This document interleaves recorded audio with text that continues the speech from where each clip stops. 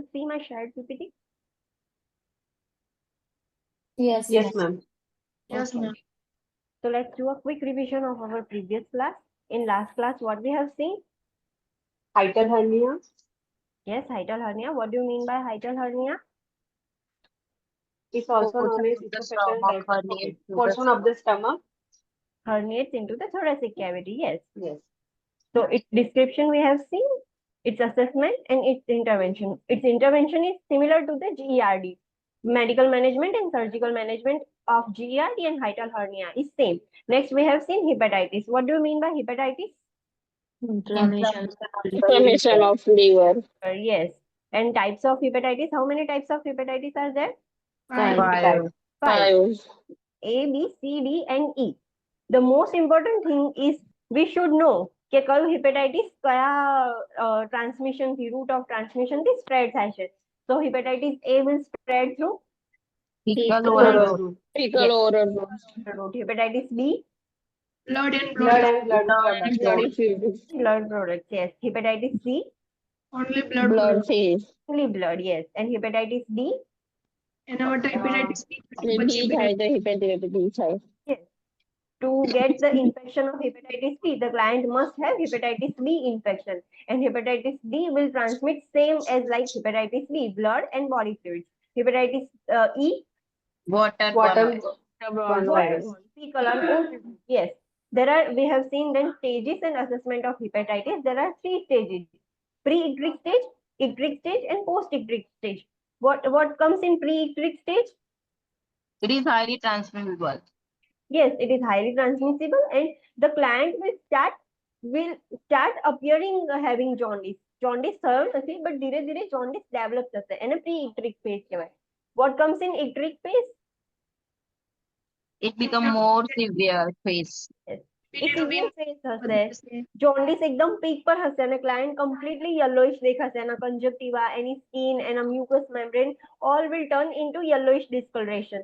And last is post-icteric phase. What comes in post-icteric phase? Resolution થાય.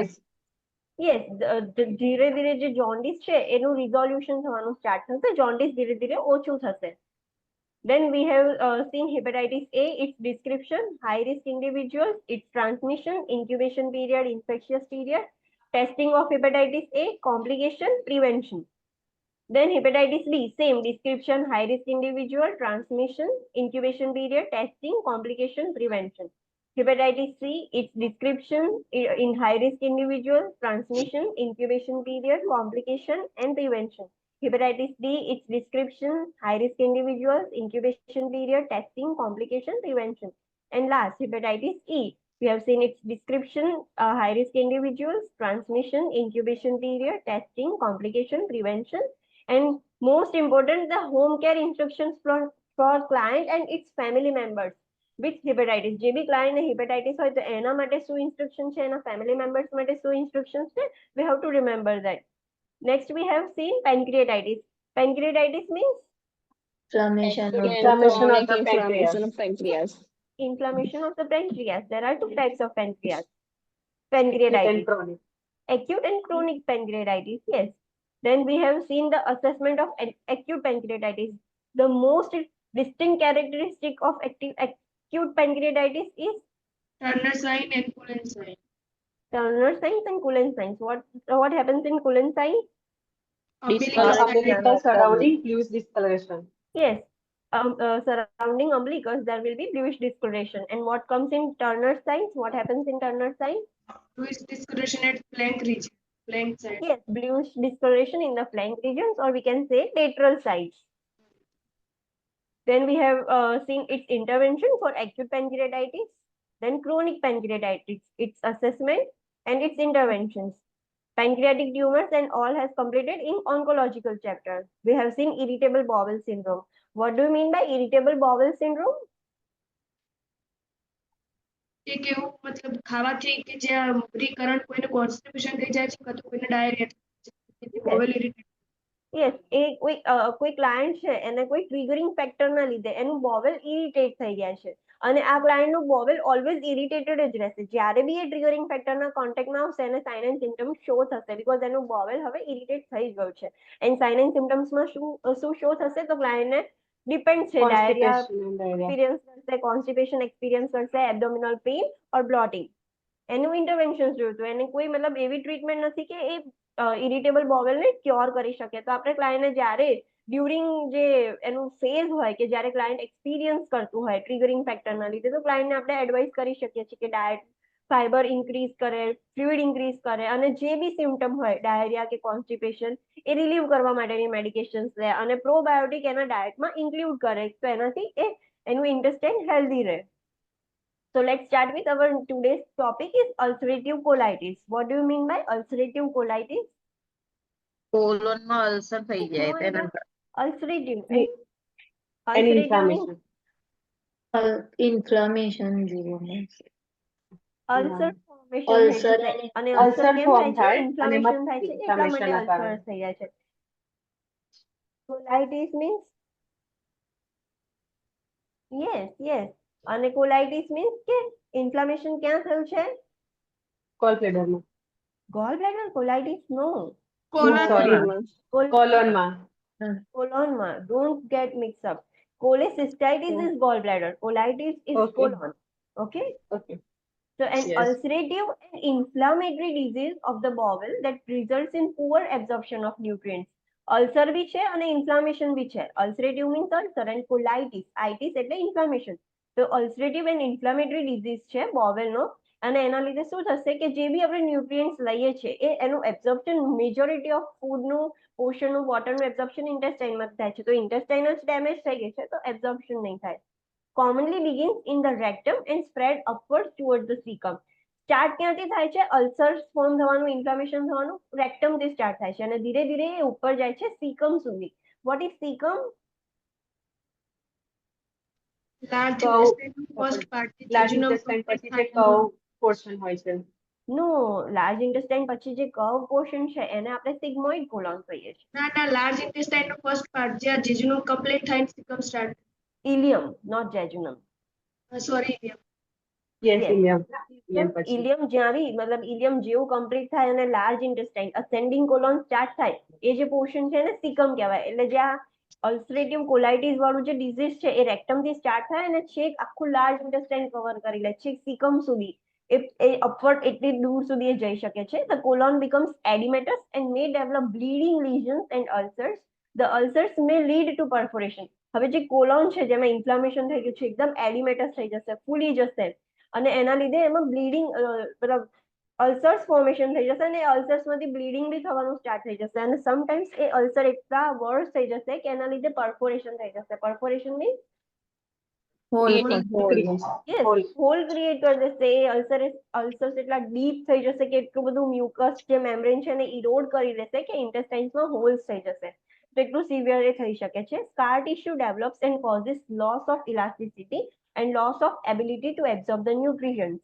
હવે જ્યાં બી અલ્સર્સ formation થયા છે ત્યાં આગળ હવે જેમ જેમ હીલ થશે ત્યાં સ્કાર ટિશ્યુ બની જશે અને ઇન્ટેસ્ટાઇનમાં કયું માઇક્રોસ્ટ્રક્ચર છે જે એબ્ઝોર્બ કરે છે ન્યુટ્રિયન્ટ્સ?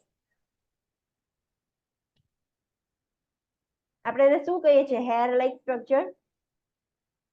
માઇક્રોવિલાઈ યસ, માઇક્રોવિલાઈ છે એ એબ્ઝોર્બ કરે છે ન્યુટ્રિયન્ટ્સ. તો જ્યાં બી અલ્સર થઈ છે, ઇન્જરી થઈ છે, પછી એ હીલ થઈ જશે ને તો ત્યાં સ્કાર થઈ જશે, માઇક્રોવિલાઈ ડેમેજ થઈ જશે. તો એ પોર્શન નોન ઇલાસ્ટિક થઈ જશે અને ત્યાંથી એબ્ઝોર્બ કરવાની જે કેપેસિટી છે એ લોસ્ટ થઈ જશે. Colitis is characterized by various periods of remissions and exacerbations. Colitis કેવી રીતે કેરેક્ટરાઇઝ થાય છે? તો એના બહુ બધા પીરિયડ્સ છે રેમિશનના. Remission means I have taught this in oncological chapter. Remission symptoms ઓછા થઈ જાય મતલબ એની સિવિયરિટી ઓછી થઈ જાય એના રેમિશન યસ, સિમ્પટમ્સ ઓછા છે. ક્લાયન્ટ અત્યારે સ્ટેબલ છે, કોલાઇટિસ છે ક્લાયન્ટ પણ ક્લાયન્ટને અત્યારે કોઈ સિમ્પટમ્સ નથી. ક્લાયન્ટ નોર્મલી ટોલરેટ કરી શકે છે, બધું જ કરી શકે છે. તો ક્લાયન્ટનું કોલાઇટિસમાં રેમિશન પીરિયડ બી આવશે કે જ્યારે ક્લાયન્ટ સ્ટેબલ હશે અને એક્ઝર્બેશન પીરિયડ આવશે. એક્ઝર્બેશન મીન્સ પીક ઉપર હશે એના સિમ્પટમ્સ Yes. ક્લાયન્ટના સિમ્પટમ્સ એકદમ વર્સ હશે. તો અમુક વખતે કોલાઇટિસમાં સ્ટેબલ હોય ક્લાયન્ટ કોલાઇટિસ હોય ઇટ ડઝન્ટ મીન કે કોલાઇટિસ ક્યોર થઈ છે. Colitis along with colitis client stable હોય સમટાઈમ્સ એન્ડ સમટાઈમ્સ એના સિમ્ટમ્સ એટલા વર્સ હોય તો આવું બંને જોવા મળતું હોય છે કોલાઇટિસમાં. Acute ulcerative colitis result in vascular congestion, haemorrhage, oedema and ulceration of bowel mucosa. જ્યારે કોઈ પર્સનને જ્યારે બી કોઈ બી ક્લાયન્ટને એક્યુટ અલ્સરેટિવ કોલાઇટિસ હોય મતલબ સડનલી ડેવલપ થઈ હોય જે ક્યોરેબલ છે તો એમાં એના કોમ્પ્લિકેશન શું છે તો એ સમટાઈમ્સ વેસ્ક્યુલર કન્જેશનમાં બી રિઝલ્ટ કરે છે. વેસ્ક્યુલર કન્જેશન મીન્સ વેસલ્સ નેક્રોસ થઈ જાય. યસ, વેસલ્સ નો બ્લડ ફ્લો છે એ સ્ટોપ થઈ જશે, કન્જેશન થઈ જશે, કન્સ્ટ્રિક્ટ થઈ જશે, હેમરેજ થઈ શકે છે સમટાઈમ્સ કારણ કે જે અલ્સર્સ છે એ બહુ જ ડીપ થવાની સ્ટાર્ટ થઈ જશે. અલ્સર્સ હેમરેજ થઈ શકે છે, ક્લાયના કોલોનમાં એડિમા થઈ જશે and ulceration of the bowel mucosa and લાસ્ટમાં એ બોવેલ મ્યુકોઝામાં અલ્સર્સ થઈ જશે. Chronic ulcerative colitis causes muscular hypertrophy, fat deposits and fiber tissue with bowel thickening, shortening and narrowing. હવે જે ક્લાયન્ટને ક્રોનિક અલ્સરેટિવ કોલાઇટિસ છે એનું જે બોવેલ છે એ લોંગ ટર્મથી ઇન્ફ્લામ જ છે અને અલ્સર્સ વાળું છે તો ધીરે ધીરે એનું કોલોન કેવું થઈ જશે મસ્ક્યુલર હાઇપરટ્રોફી થઈ જશે મતલબ એનલાર્જ ઇન સાઇઝ થઈ જશે. એના જે સેલ્સ છે એ એનલાર્જ થઈ જશે, એમાં ફેટ ડિપોઝિટ થઈ જશે આખા કોલોનમાં અંદરની સાઈડ અને બહારની સાઈડથી આમ ફેટી કોલોન થઈ જશે, એકદમ ફેટ ડિપોઝિટ થઈ જશે, ફાઇબ્રસ ટિશ્યુ થઈ જશે એટલે ટિશ્યુ સ્કાર વાળા ટિશ્યુ થઈ ગયા છે એ હવે મતલબ એમની જે ઇલાસ્ટિસિટી હોય એ લોસ્ટ થઈ ગઈ છે અને બોવેલ છે એનું જે કોલોન છે એકદમ થિક થઈ ગયું હશે. શોર્ટનિંગ એન્ડ નેરોઈંગ, થિક થશે, શોર્ટ થઈ જશે અને નેરો થઈ જશે બીકોઝ ફેટનું આખું લેયર ફેટ ડિપોઝિટ થઈ ગયું છે એટલે એનું જે લ્યુમેન હશે જે એનું પેસેજ છે એ નેરો થઈ જશે. પછી એ બોવેલ થિક થઈ ગયું છે આ બધું ફાઇબ્રસ ટિશ્યુઝના લીધે અને એ શોર્ટ થઈ જશે બીકોઝ એની ઇલાસ્ટિસિટી લોસ્ટ થઈ ગઈ છે. તો આ ક્રોનિક અલ્સરેટિવ છે કે જેના કોમ્પ્લિકેશન્સ કે અગર એ ક્યોર ના થાય તો એના લીધે આ બધું બી થઈ શકે છે. અસેસમેન્ટ, જે બી ક્લાયન્ટને અલ્સરેટિવ કોલાઇટિસ હશે એમાં શું sign and symptoms what we see તો એનોરેક્સિયા, ક્લાયન્ટને ભૂખ જ નહીં લાગે, ખાવાની જ ઈચ્છા નહીં થાય, વેટ લોસ થશે, ક્લાયન્ટને મલેઝ જોવા મળશે, એબડોમિનલ ટેન્ડરનેસ એન્ડ ક્રેમ્પિંગ, ક્લાયન્ટને આપણે જેવું એબડોમિન પાલ્પેટ કરીશું ક્લાયન્ટને પેઇન થશે, ક્લાયન્ટની અંદર ક્રેમ્પ્સ આવશે. Severe diarrhoea that may contain blood and mucus, ક્લાયન્ટને ડાયરિયા થઈ જશે બીકોઝ ક્લાયન્ટની ઇન્ટેસ્ટાઇનમાં હવે એબ્ઝોર્પ્શન થતું નથી. જેવું સ્ટૂલ ઇલિયમમાંથી આવશે ઇલિયમમાંથી લિક્વિડી સ્ટૂલ આવે લાર્જ ઇન્ટેસ્ટાઇનમાં તો જેવું એ આવશે એવું જ ડાયરિયાના ફોર્મમાં જ લિક્વિડી સ્ટૂલ જ બહાર નીકળી જશે પણ એની સાથે સાથે બ્લડ બી હશે ને મ્યુકસ બી હશે બીકોઝ જેનું કોલોન છે ડેમેજ થઈ ગયેલું છે. માલ nutrition, dehydration and electrolyte imbalance જોવા મળશે ક્લાયન્ટનામાં. અનીમિયા, વિટામિન કે ડેફિશિયન્સી. કેમ કે ડેફિશિયન્સી? કે ફેટ સોલ્યુબલ વિટામિન છે. હા અને આ ઇન્ટેસ્ટાઇનમાંથી કોઈ બી ન્યુટ્રિયન્ટ એબ્ઝોર્બ નહીં થાય, માલ ન્યુટ્રિશન થશે, ક્લાયન્ટનું આયર્ન બી એબ્ઝોર્બ નહીં થાય, કોઈ બી આપણે ન્યુટ્રિયન્ટ્સ લઈએ એનું એબ્ઝોર્પ્શન ઇન્ટેસ્ટાઇનમાંથી જ થશે ફૂડમાંથી તો એ કોઈ બી ફૂડમાંથી કશું જ એબ્ઝોર્પ્શન નહીં થતું એટલે માલ ન્યુટ્રિશન થઈ જશે, કશું જ ન્યુટ્રિયન્ટ નહીં મળે, વિટામિન કે ડેફિશિયન્સી જોવા મળશે. ઇન્ટરમિટન્ટ ફીવર, આઈટીસ હોય જ્યારે બી ઇન્ફ્લામેશન હોય ત્યારે ફીવર તો હોય જ. ઇન્ટરવેન્શન્સ આપણે શું કરીશું in acute phase maintain NPO status and administer fluid and electrolytes intravenously or via parenteral nutrition as prescribed.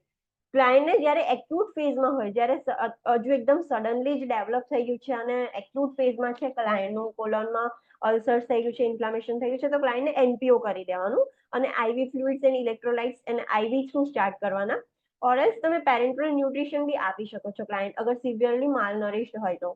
રેસ્ટ્રિક્ટ the client's activity to reduce the intestinal activity, ક્લાયન્ટને છે ને એક્ટિવિટી નહીં કરવા દેવાનું, ક્લાયન્ટને કમ્પ્લીટ બેડ રેસ્ટ કરવાનું તો એનું ઇન્ટેસ્ટાઇન મૂવ ના થાય, ઇન્ટેસ્ટિનલ એક્ટિવિટી વધે નહીં, એને આરામ મળી રહે. Monitor bowel sound and for abdominal tenderness and cramping, ક્લાયન્ટના બોવેલ સાઉન્ડ મોનિટર કરવાના, ક્લાયન્ટનું એબડોમિનલ ટેન્ડરનેસ મોનિટર કરવાનું કે વધારે થાય છે, ઓછું થાય છે, ક્રેમ્પિંગ એને કેવું ઇન્ક્રીઝ થાય છે, રિડ્યુસ થાય છે એ બધું મોનિટર કરવાનું.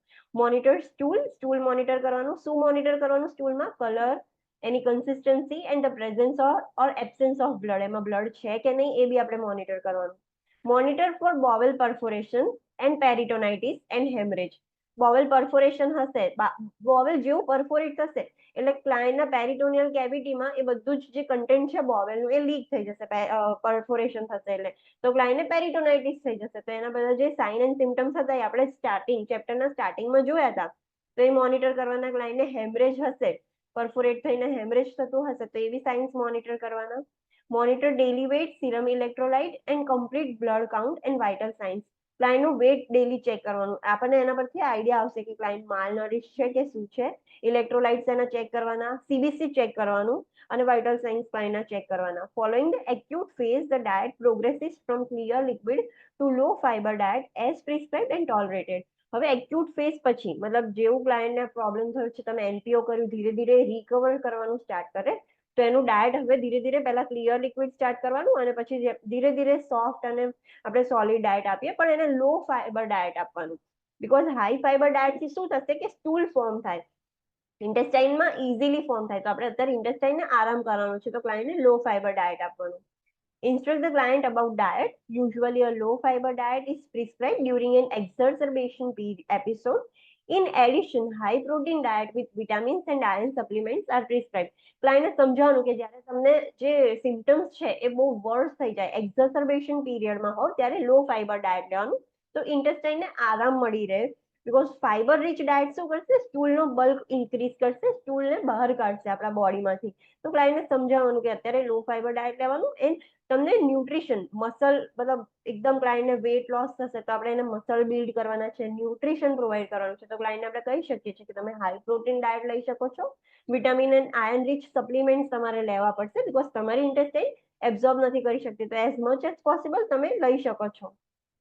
Instruct the client to avoid gas forming foods, milk products, and foods such as whole wheat grains, nuts, raw fruits and vegetables, pepper, alcohol, and caffeine containing products. ક્લાયન્ટને સમજાવવાનું કે આવા કોઈ જ ફૂડ ના લે જેમાંથી ગેસ ફોર્મિંગ ફૂડ્સ છે, milk products છે, કોઈ બી food such as whole wheat grains જેમાં ફાઈબર વધારે હોય, નટ્સ, રો ફ્રૂટ્સ એન્ડ વેજીટેબલ્સમાં બી ફાઈબર બહુ જ હોય, પેપર, આલ્કોહોલ, કેફીન, જે બી ઇન્ટેસ્ટાઇનને ઇરિટેટ કરે એવું કશું જ નહીં લેવાનું.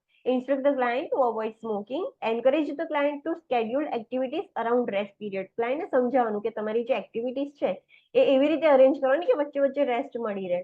Administer medications as prescribed, which may include a combination of medications such as salicylate compounds, corticosteroids, immunosuppressants and antidiarrheal. ક્લાયન્ટને અમુક મેડિકેશન્સ આપવાની, જેમ કે સેલિસિલેટ કમ્પાઉન્ડ છે, કોર્ટિકોસ્ટીરોઇડ્સ છે, ઇમ્યુનોસપ્રેસન્ટ્સ છે. એ બધું જ શું કરશે કે બોડીના ઇન્ફ્લેમેશનને ઓછું કરશે. એનું કોલોન ઇન્ફ્લામ થઈ ગયું છે, એની જે ઇમ્યુન સિસ્ટમ છે એના લીધે મતલબ એ હેલ્ધી વર્ક કરે છે એટલે ઇન્ફ્લામેશન થયું છે. તો આપણે ઇન્ફ્લામેશનને ઓછું કરવાનું છે એટલે આપણે એવું એન્ટી ઇન્ફ્લામેટરી ડ્રગ્સ આપીશું કે જે ઇન્ફ્લામેશન ઓછું કરે, એન્ટી ડાયરિયલ ડ્રગ આપીશું, બીકોઝ ક્લાયન્ટને ડાયરિયા બી થઈ ગયા છે ઇન્ફ્લામેશનના લીધે. તો આ બધી મેડિકેશન્સ આપણે ક્લાયન્ટને આપીશું. સર્જિકલ ઇન્ટરવેન્શન શું કરવાની, અગર તમે બધું જ કરી ચૂક્યા છો, એનું મેડિકલ મેનેજમેન્ટ કર્યું, સ્ટીલ એ વસ્તુ ક્યોર નથી થતી, તો આપણે એવું તો નહીં રાખી શકીએ ને, બીકોઝ એની કોમ્પ્લિકેશન્સ આપણે જોઈ કે અગર એ ટ્રીટ ના કરીએ તો આ બધા પ્રોબ્લેમ્સ થાય. તો સર્જિકલ ઇન્ટરવેન્શન શું ક્યારે કરવાનું, performed in extreme cases if medical management is unsuccessful. Medically તમે ક્યારે કોઈ કન્ડિશન ટ્રીટ ના કરી શકો ત્યારે લાસ્ટ સોર્ટમાં જ સર્જરી કરવામાં આવે. Minimally invasive procedures are considered as a surgical option if the client is a candidate. Clients who are obese have had previous abdominal surgeries or have additions may not be candidates. હવે surgery minimal invasive procedure એટલે લેપ્રોસ્કોપીથી કરીએ છીએ એ minimal surgery કહેવાય કે તમે ખાલી holes create કરીને surgery કરો છો. તો એવા નોર્મલી બધા ક્લાયન્ટ્સ પર કરવામાં આવે, પણ કયા ક્લાયન્ટ પર ના કરવામાં આવે, જે ક્લાયન્ટ ઓબેસ હોય એનામાં લેપ્રોસ્કોપી સર્જરી આપણે ના કરી શકીએ. જે એવા ક્લાયન્ટ છે કે જેમને પહેલા બી કોઈ એબડોમિનલ સર્જરી થઈ ચૂકી છે એમાં બી આપણે મિનિમલ ઇન્વેઝિવ સર્જરી ના કરી શકીએ. અને એવા કોઈ ક્લાયન્ટ છે કે જેમને એડિશન્સ થઈ ગયું છે, તમે એ કોમ્પ્લિકેશન્સ છે એડિશન, જ્યારે ઓપન એબડોમિનલ સર્જરી કરવામાં આવે અને સર્જરી સક્સેસફુલ ના જાય તો જે એબડોમિનલ કન્ટેન્ટ્સ હોય, જે ઓર્ગન્સ છે એ એકબીજાથી ચોંટી જાય, એને એડિશન કહેવાય. તો જે ક્લાયન્ટમાં એડિશન થઈ ગયું હોય તો બધા ઓર્ગન્સ ચોંટી ગયા હોય તો તમે એમનામાં બી લેપ્રોસ્કોપિક સર્જરી ના કરી શકો. તો એ બધા કેન્ડિડેટ્સ ઇન્ક્લુડ નહીં કરવાના, બાકી બધામાં થઈ શકે છે. Minimally invasive procedures can include laparoscopic procedures, robotic assisted surgery, or natural orifice transluminal endoscopic surgery. Notes કહેવાય. તો મિનિમલી ઇન્વેઝિવ પ્રોસિજર કઈ છે, તો જે લેપ્રોસ્કોપિક સર્જરી કરીએ છીએ એ, રોબોટિક સર્જરી કરીએ છીએ, કાં તો એક નાનો ઓરિફાઇસ ટ્રાન્સલ્યુમિનલ એન્ડોસ્કોપિક કરીને આપણે સર્જરી પરફોર્મ કરતા હોઈએ છીએ. તો એ બધી મિનિમલ ઇન્વેઝિવ પ્રોસિજર કહેવાય કે આપણે બહુ જ મોટું કંઈક ઇન્સિઝન કે એવું કશું નથી મૂકતા, મિનિમલ ઇન્વેઝિવલી કરીએ છીએ. નેક્સ્ટ સર્જરીનું ટાઈપ છે રિસ્ટોરેટિવ proctocolectomy with ileal pouch and anal anastomosis. હવે restorative proctocolectomy. Proctocolectomy means procto means proctos કયા organ ને resemble કરે છે? It's related to rectum. Rectum. Yes, rectum. And colectomy means colon means Colon. large intestine. Yes. તો rectum અને large intestine નું ectomy કર્યું. Ectomy means what do you mean by ectomy? Cut and remove.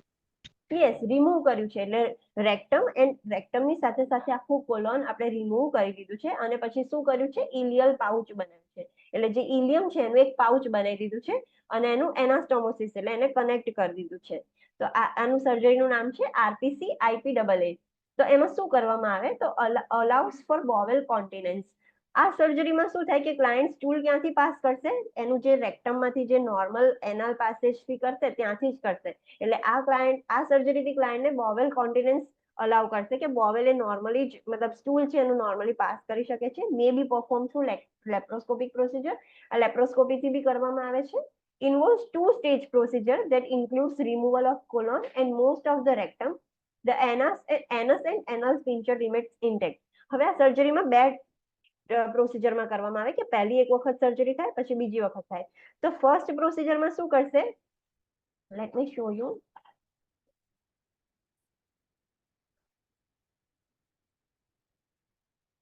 Okay this is colon આખું જે descending sigmoid એ બધું colon છે and this is રેક્ટમ તો first પ્રોસિજરમાં શું કરશે કે આખું કોલોન અને રેક્ટમ રિમૂવ કરી દેશે પણ જે એનલ સ્પિન્ચર છે જે રેક્ટમ હોય આખું રેક્ટમ છે ઓકે તો રેક્ટમનું જે લોઅર પોર્શન હોય આપણે એને એનસ કહીએ છીએ જે ડાયરેક્ટ એનલ ઓપનિંગ ક્રિએટ કરે તો અહીંયા સ્પિન્ચર છે જે લોક થયા કરે નહીં તો સ્ટૂલ બહાર જ આવી જાય તે સ્પિન્ચર છે એને રહેવા દેશે બાકી મોસ્ટ ઓફ ધ રેક્ટમ અને કોલોનને બધાને રિમૂવ કરી દેશે ખાલી એનલ સ્પિન્ચરને રહેવા દેશે હવે શું કરશે N internal pouch known as reservoir J pouch or S pouch or pelvic pouch જે બી તમે કહો કે એક પાઉચ ક્રિએટ કરવામાં આવે is created using a small intestine and connected to the anus followed by creation of temporary ileostomy through an abdominal skin to allow healing of the internal pouch and all anastomosis site હવે આખું colon remove કરી દીધું છે ખાલી આપણે આટલો જ portion રાખ્યું છે એનલ સ્પિન્ચર જ નીચે રાખ્યું છે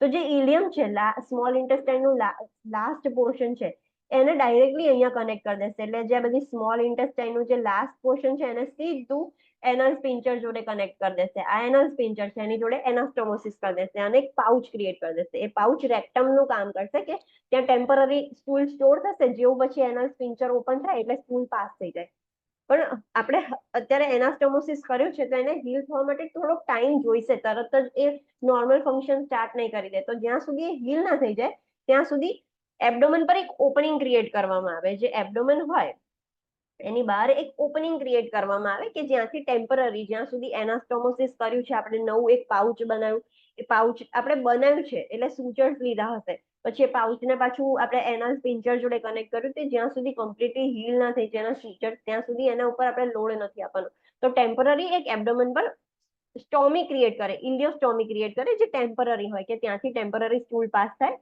પછી જેવું પેલા સૂચર્સ એનાસ્ટોમોસિસ વાળી પ્રોસેસ છે એ હીલ થઈ જાય સૂચર્સ પછી એ પાછું ક્લોઝ કરી દે એટલે ક્લાયન્ટ નોર્મલી સ્ટૂલ પાસ કરી શકે અને in second surgical procedure within 1 or 2 months the ileostomy is close first પ્રોસિજરમાં આખું આટલું કામ કર્યું ફર્સ્ટ પ્રોસિજરમાં શું કર્યું ફર્સ્ટ સ્ટેપમાં રેક્ટમ રિમૂવ કરી દીધું કોલોન આખું રિમૂવ કરી દીધું પછી પાઉચ બનાવી દીધું ઇલિયમનું અને પાઉચનું એક ઓપનિંગ સીધું એનલ સ્પિન્ચર જોડે રાખ્યું અને બીજી સાઈડ એક ઓપનિંગ એબડોમન પર કરી દીધું હવે 1 થી 2 મહિના પછી જ્યારે કમ્પ્લીટલી બધા જ એનાસ્ટોમોસિસ સ્ટ્રક્ચર હીલ થઈ જશે પછી એ ઇલિયોસ્ટોમી છે એને ક્લોઝ કરી દે એટલે હવે સ્ટૂલ સીધું સ્મોલ ઇન્ટેસ્ટાઇનમાંથી એનલ સ્પિન્ચર થઈને જ નોર્મલ એનલ કેનલથી જ બહાર નીકળશે અન્ડરસ્ટુડ કે સર્જરીમાં શું થાય છે સર્જરી ઇઝ નોટ આપણું કામ નથી સર્જરી આપણે નથી કરવાની બટ આપણને ખબર હોવી જોઈએ કે જ્યારે તમારી આગળ આવું નામ હોય કે કોઈ the client has undergone restorative proctocolectomy with ileal pouch and anal anastomosis તો તમને ખબર પડવી જોઈએ કે આ સર્જરીમાં શું કરેલું છે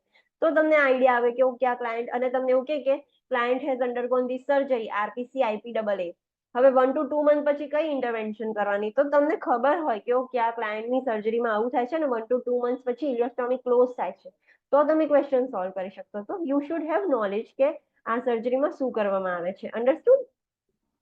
yes ma'am. Okay.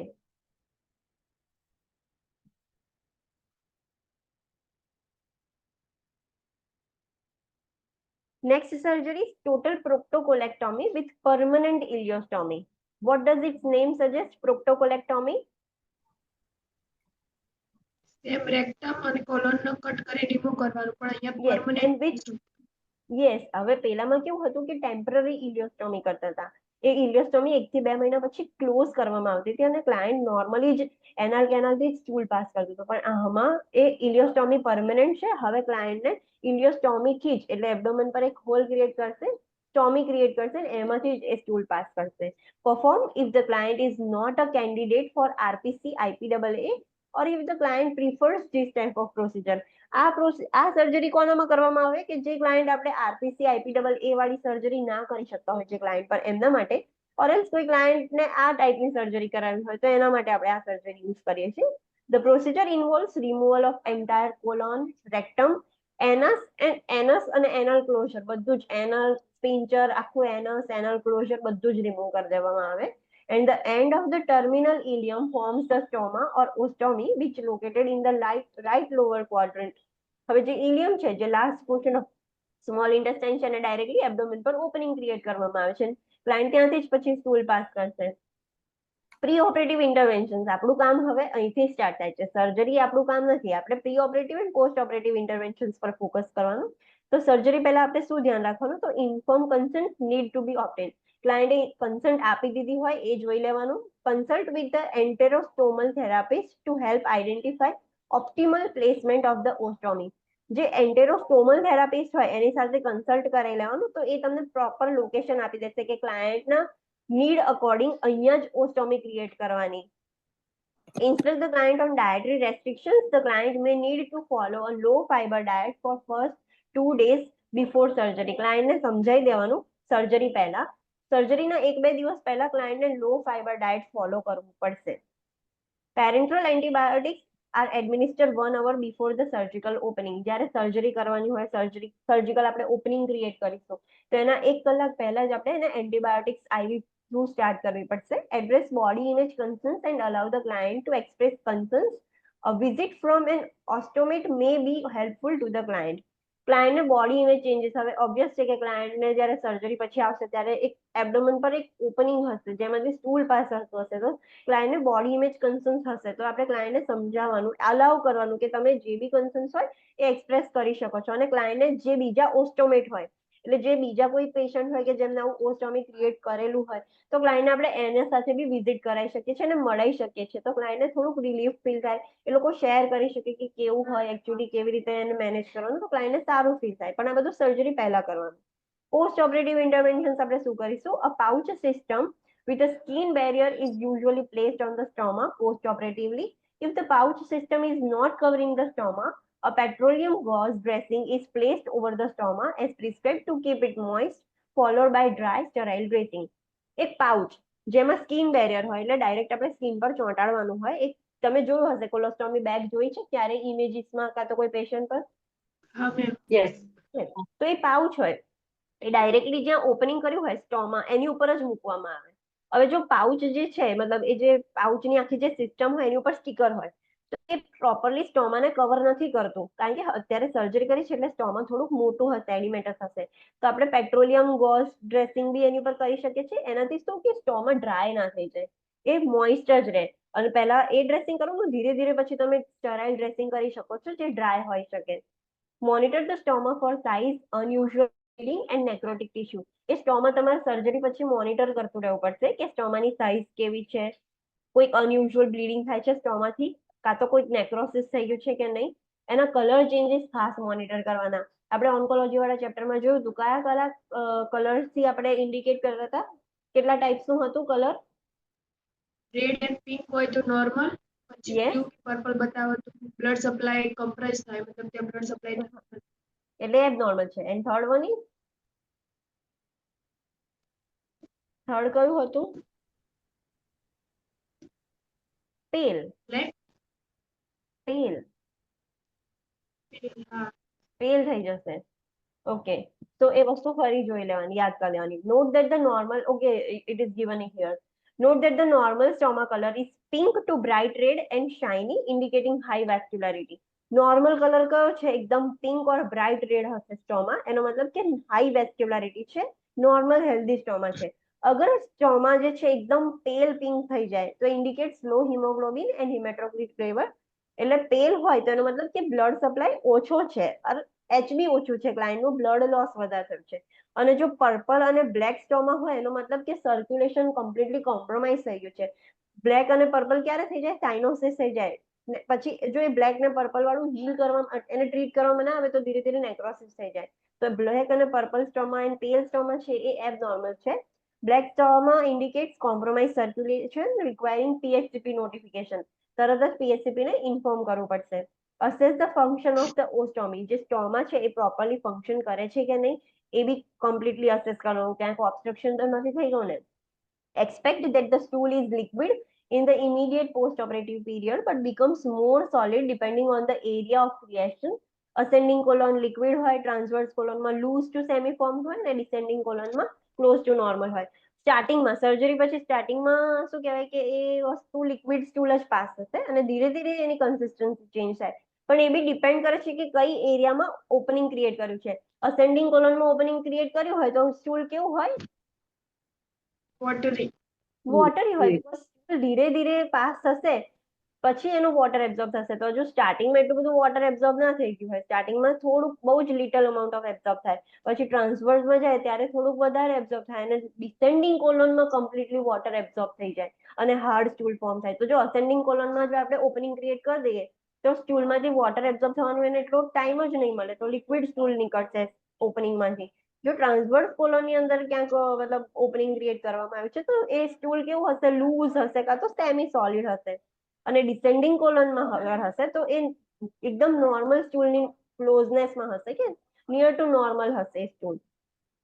Monitor the pouch system for proper fit and signs of leakage. The pouch is emptied when it is 1/3 full. આપણે પાઉચ જે સિસ્ટમ લગાવી છે કોલોસ્ટોમી બેગ એ ચેક કરવાની કે પ્રોપરલી ફિટ થઈ છે કે નહીં, કોઈ લીકેજ તો નથી ને. અને 1/3 ફૂલ થઈ જાય એટલે તરત જ એને એમ્પ્ટી કરવાની, આપણે એને વધારે ફૂલ ના થવા દઈએ, નહીં તો વેટ ક્રિએટ કરે છે. Fecal matter should not be allowed to remain on the skin. Skin assessment and care are priority. જે બી ફિકલ મેટર હોય, મતલબ એ ઓસ્ટોમામાંથી ઓબ્વિયસ છે કે ફીસિસ નીકળશે તો એ છે ને સ્કિનની ઉપર નહીં રહેવા દેવાનું ચોંટેલું. એટલે સ્કિન અસેસમેન્ટ રેગ્યુલરલી કરવાનું, બીકોઝ એ સ્કિનની ઉપર ચોંટેલું રહેશે તો સ્કિન ઇરિટેટ કરી નાખશે. Monitor for dehydration and electrolyte imbalance. Administer analgesics and antibiotics as prescribed. Instruct the client to avoid foods that causes excess gas formation and odor, and to eliminate foods that are not digested well, such as nuts and corns. ક્લાયન્ટને સમજાવવાનું કે એવા કોઈ food નહીં લેવાના કે જે gas form કરે અને બેડ ઓડર ફોર્મ કરશે, બીકોઝ હવે ડાયરેક્ટ ઓપનિંગમાંથી ક્લાયન્ટને બેડ ઓડર આવશે. અને એવા કોઈ ફૂડ નહીં લેવાના કે જે ડાયજેસ્ટ ના થઈ શકે ઇઝીલી, જેમ કે અમુક નટ્સ છે, કોર્ન્સ છે, ડાયજેસ્ટ ના થાય, એવા ને એવા જ પાસ થઈ જાય. Instruct the client about stoma care and irrigation if prescribed. આ જે સ્ટોમા કેર ને ઇરિગેશન છે એ આપણે આગલા ચેપ્ટરમાં મતલબ FON માં આપણે જોઈશું. Instruct the client that normal activities may be resumed when approved by the PHCP. જ્યારે PHCP અપ્રુવલ આપે તમે ત્યારથી રેગ્યુલર નોર્મલ રૂટીન એક્ટિવિટીઝ તમે કરી શકો છો. A stoma that is important point છે. A stoma that is purple black in color indicates compromised circulation requiring immediate PHCP notification. આ વસ્તુ ખાસ ધ્યાન રાખવાની. તમને ક્યાંય બી ક્વેશ્ચનમાં એવું આપ્યું છે કે સ્ટોમા પર્પલ ઓર બ્લેક કલરનું છે તો તરત જ તમારે PHCP ને નોટિફાય કરવાનું, because it what does it indicates? Compromise circulation. અગર એ ટ્રીટ નહીં થાય તો એ નેક્રોસિસ થઈ જશે. તો એ વસ્તુ પર ખાસ ફોકસ કરવાનું. Next condition is Crohn's disease. What do you mean by Crohn's disease? Crohn's ડિઝીઝમાં શું થશે? મેમ એક મિનિટ હા. યસ, મને આ સ્કિન વાળું ખ્યાલ નહીં આવ્યું જરા. Faecal matter should not be allowed to remain on the skin. Skin assessment and care are the priority. Priority, yes. અગર જે ક્લાયન્ટ છે એને ઓપનિંગ ક્રિએટ કર્યું છે સ્ટોમા પર, હવે એમાંથી એ સ્ટોમામાંથી ફીસીસ નીકળશે એટલે કે સ્ટૂલ પાસ થશે. એ સ્ટૂલ બેગમાં ભરાશે અને આપણે બેગ એમ્પ્ટી કરી દીધી, પણ ચાન્સીસ છે કે એ જે ફીસીસ છે એ સ્ટૂલ છે એ સ્કિન પર એને જ્યાં ઓપનિંગ ક્રિએટ કર્યું છે ત્યાં સ્કિન પર ચોંટેલું હશે. તો આપણે જ્યારે બેગ એમ્પ્ટી કરીએ છીએ ત્યારે એ સ્ટૂલ ત્યાં ચોંટેલું નહીં રહેવા દેવાનું, બીકોઝ જો ત્યાં ચોંટેલું રહેશે તો એ સ્કિનને ડેમેજ કરશે, સ્કિન ઇરિટેટ થઈ જશે, સ્કિન ઇન્ફ્લામેશન થશે, સ્કિન ઇન્ફેક્શન થઈ શકે છે. તો એટલા માટે જે ફિકલ મેટર છે એ ત્યાં સ્કિન પર નહીં રહેવા દેવાનું, should not be allowed to remain on the skin. એ સ્કિન ક્લીન રાખવાની. એટલા માટે સ્કિન અસેસમેન્ટ અને સ્કિનની કેર એ આપણી પ્રાયોરિટી થઈ જશે. જે બી ક્લાયન્ટને સ્ટોમા હોય એમનું સ્કિન અસેસમેન્ટ રેગ્યુલરલી કરવાનું અને એમની સ્કિન કેર બી રેગ્યુલર કરવાની, તો એમને કોઈ ત્યાં આગળ કોમ્પ્લિકેશન ના થઈ જાય, સ્કિન ઇન્ફેક્શન, સ્કિન ઇરિટેશન ના થઈ જાય. ઓકે, અને આપણે ક્લાયન્ટને બી આના રિલેટેડ એજ્યુકેટ કરવું પડે. ક્લાયન્ટ હોસ્પિટલમાં છે ત્યાં સુધી આપણે કેર કરીશું, પણ ઘરે જશે તો એને કેર કરવી પડશે. તો ક્લાયન્ટને બી સમજાવવાનું કે તમે જ્યારે પાઉચ એમ્પ્ટી કરો કે ગમે તે કરો તો તમારી સ્ટોમાની સરાઉન્ડિંગ ક્લીન કરવાની, ત્યાં પીસીસ ચોંટેલા નહીં રહેવા દેવાના, ક્લીન કરી દેવાનું completely. Okay, thank you. Next is Crohn's disease. Crohn's ડિઝીઝમાં શું થશે કે જે કોલોન છે એ ઇન્ફ્લામ થઈ જશે અને એકદમ થિક થઈ જશે. જે નોર્મલ હેલ્ધી કોલોન કેવું હોય, એકદમ ઇલાસ્ટિક હોય, વેસ્ક્યુલર હોય, તો આ એવું નહીં રહે. ઇન્ફ્લામેશન થઈ જશે, થિક થઈ જશે, સ્કાર ફોર્મેશન થઈ જશે. તો આમાં મલ્ટિપલ્સ ઓફ થિંગ્સ હશે. An inflammatory disease that occurs anywhere in the GI tract but most often affects the terminal ileum and leads to the thickening and scarring and a narrowed lumen, fistula, ulceration and abscess. Do we have images? No, we don't have images. Okay. Crohn's ડિઝીઝમાં શું થશે કે એ GI ટ્રેકમાં ગમે ત્યાં affect કરી શકે છે, કારણ કે મ્યુકોઝલ લાઇનિંગ છે આખા જીઆઈ ટ્રેકમાં. પણ એ મોસ્ટ કોમન જે ટર્મિનલ ઇલિયમ છે, એટલે કે જે ઇલિયમ એન્ડ થાય છે અને લાર્જ ઇન્ટેસ્ટાઇન સ્ટાર્ટ થાય છે, ત્યાં આગળ વધારે જોવા મળે છે. હવે જે પોર્શનમાં એ અફેક્ટ થઈ છે ઇન્ટેસ્ટાઇન, એમાં શું થશે કે ઇન્ટેસ્ટાઇન એકદમ થિક થઈ જશે, એની વોલ જે છે એ થિક થઈ જશે. તો એના લીધે લ્યુમેન કેવું થઈ જશે, અગર આ વોલ હોય એ થિક થઈ જાય તો લ્યુમેન કેવું થઈ જાય, નેક્રોસ. નેરો થઈ જશે. યસ, તો વોલ થિક થઈ જશે, વોલ સ્કારિંગ થઈ જશે, એટલે ઇલાસ્ટિસિટી જતી રહેશે, સ્કાર ફોર્મેશન થાય એટલે એના લીધે લ્યુમેન નેરો થઈ જશે. અને સમટાઈમ્સ ક્રોન્સ ડિઝીઝ વાળા જે પ્લાન્ટ હોય એમના જે ઇન્ટેસ્ટાઇન હોય એમાં ફિસ્ચ્યુલા બી જોવા મળે. Fistula means what do you mean by fistula? abnormal connection. Yes, abnormal connection and opening create થઈ જશે. તો એક સ્કારિંગ ના લીધે કે થિકનિંગ ના લીધે ફિસ્ચ્યુલા ક્રિએટ થઈ જશે. ક્લાયન્ટને અલ્સર્સ બી થવાની ચાન્સીસ છે અને ક્લાયન્ટને એબ્સેસ ફોર્મેશન થઈ જશે. એબ્સેસ મીન્સ પસ ફોર્મેશન. ફર્સ્ટ ફોર્મેશન થઈ જશે. તો મલ્ટિપલ ઓફ થિંગ્સ જોવા મળશે ક્લાયન્ટને. જ્યારે ક્રોન ડિઝીઝ હોય ત્યારે આટલું બધું જોવા મળે. ક્લાયન્ટની ઇન્ટેસ્ટાઇન થિક થઈ જાય છે, સ્કાર થઈ જાય છે અંદર, લ્યુમેન નેરો થઈ જશે, અમુક વખતે ફિસ્ચ્યુલા, અલ્સરેશન, એબ્સેસ આ પણ જોવા મળતું હોય છે. કેરેક્ટરાઇઝ બાય રેમિશન એન્ડ એક્ઝર્સેબેશન, મતલબ સ્ટેબલ ઓર વર્સ ફેઝ બી જોવા મળે. ક્રોન્સ ડિઝીઝ જેને હશે એને ક્રોન્સ ડિઝીઝ રહેશે જ, we can not cure that. પણ સમટાઈમ્સ એ સ્ટેબલ હશે, ક્લાયન્ટના સિમ્ટમ્સ નહીં હોય, એન્ડ સમટાઈમ્સ ક્લાયન્ટના વર્સ સિમ્ટમ્સ હશે.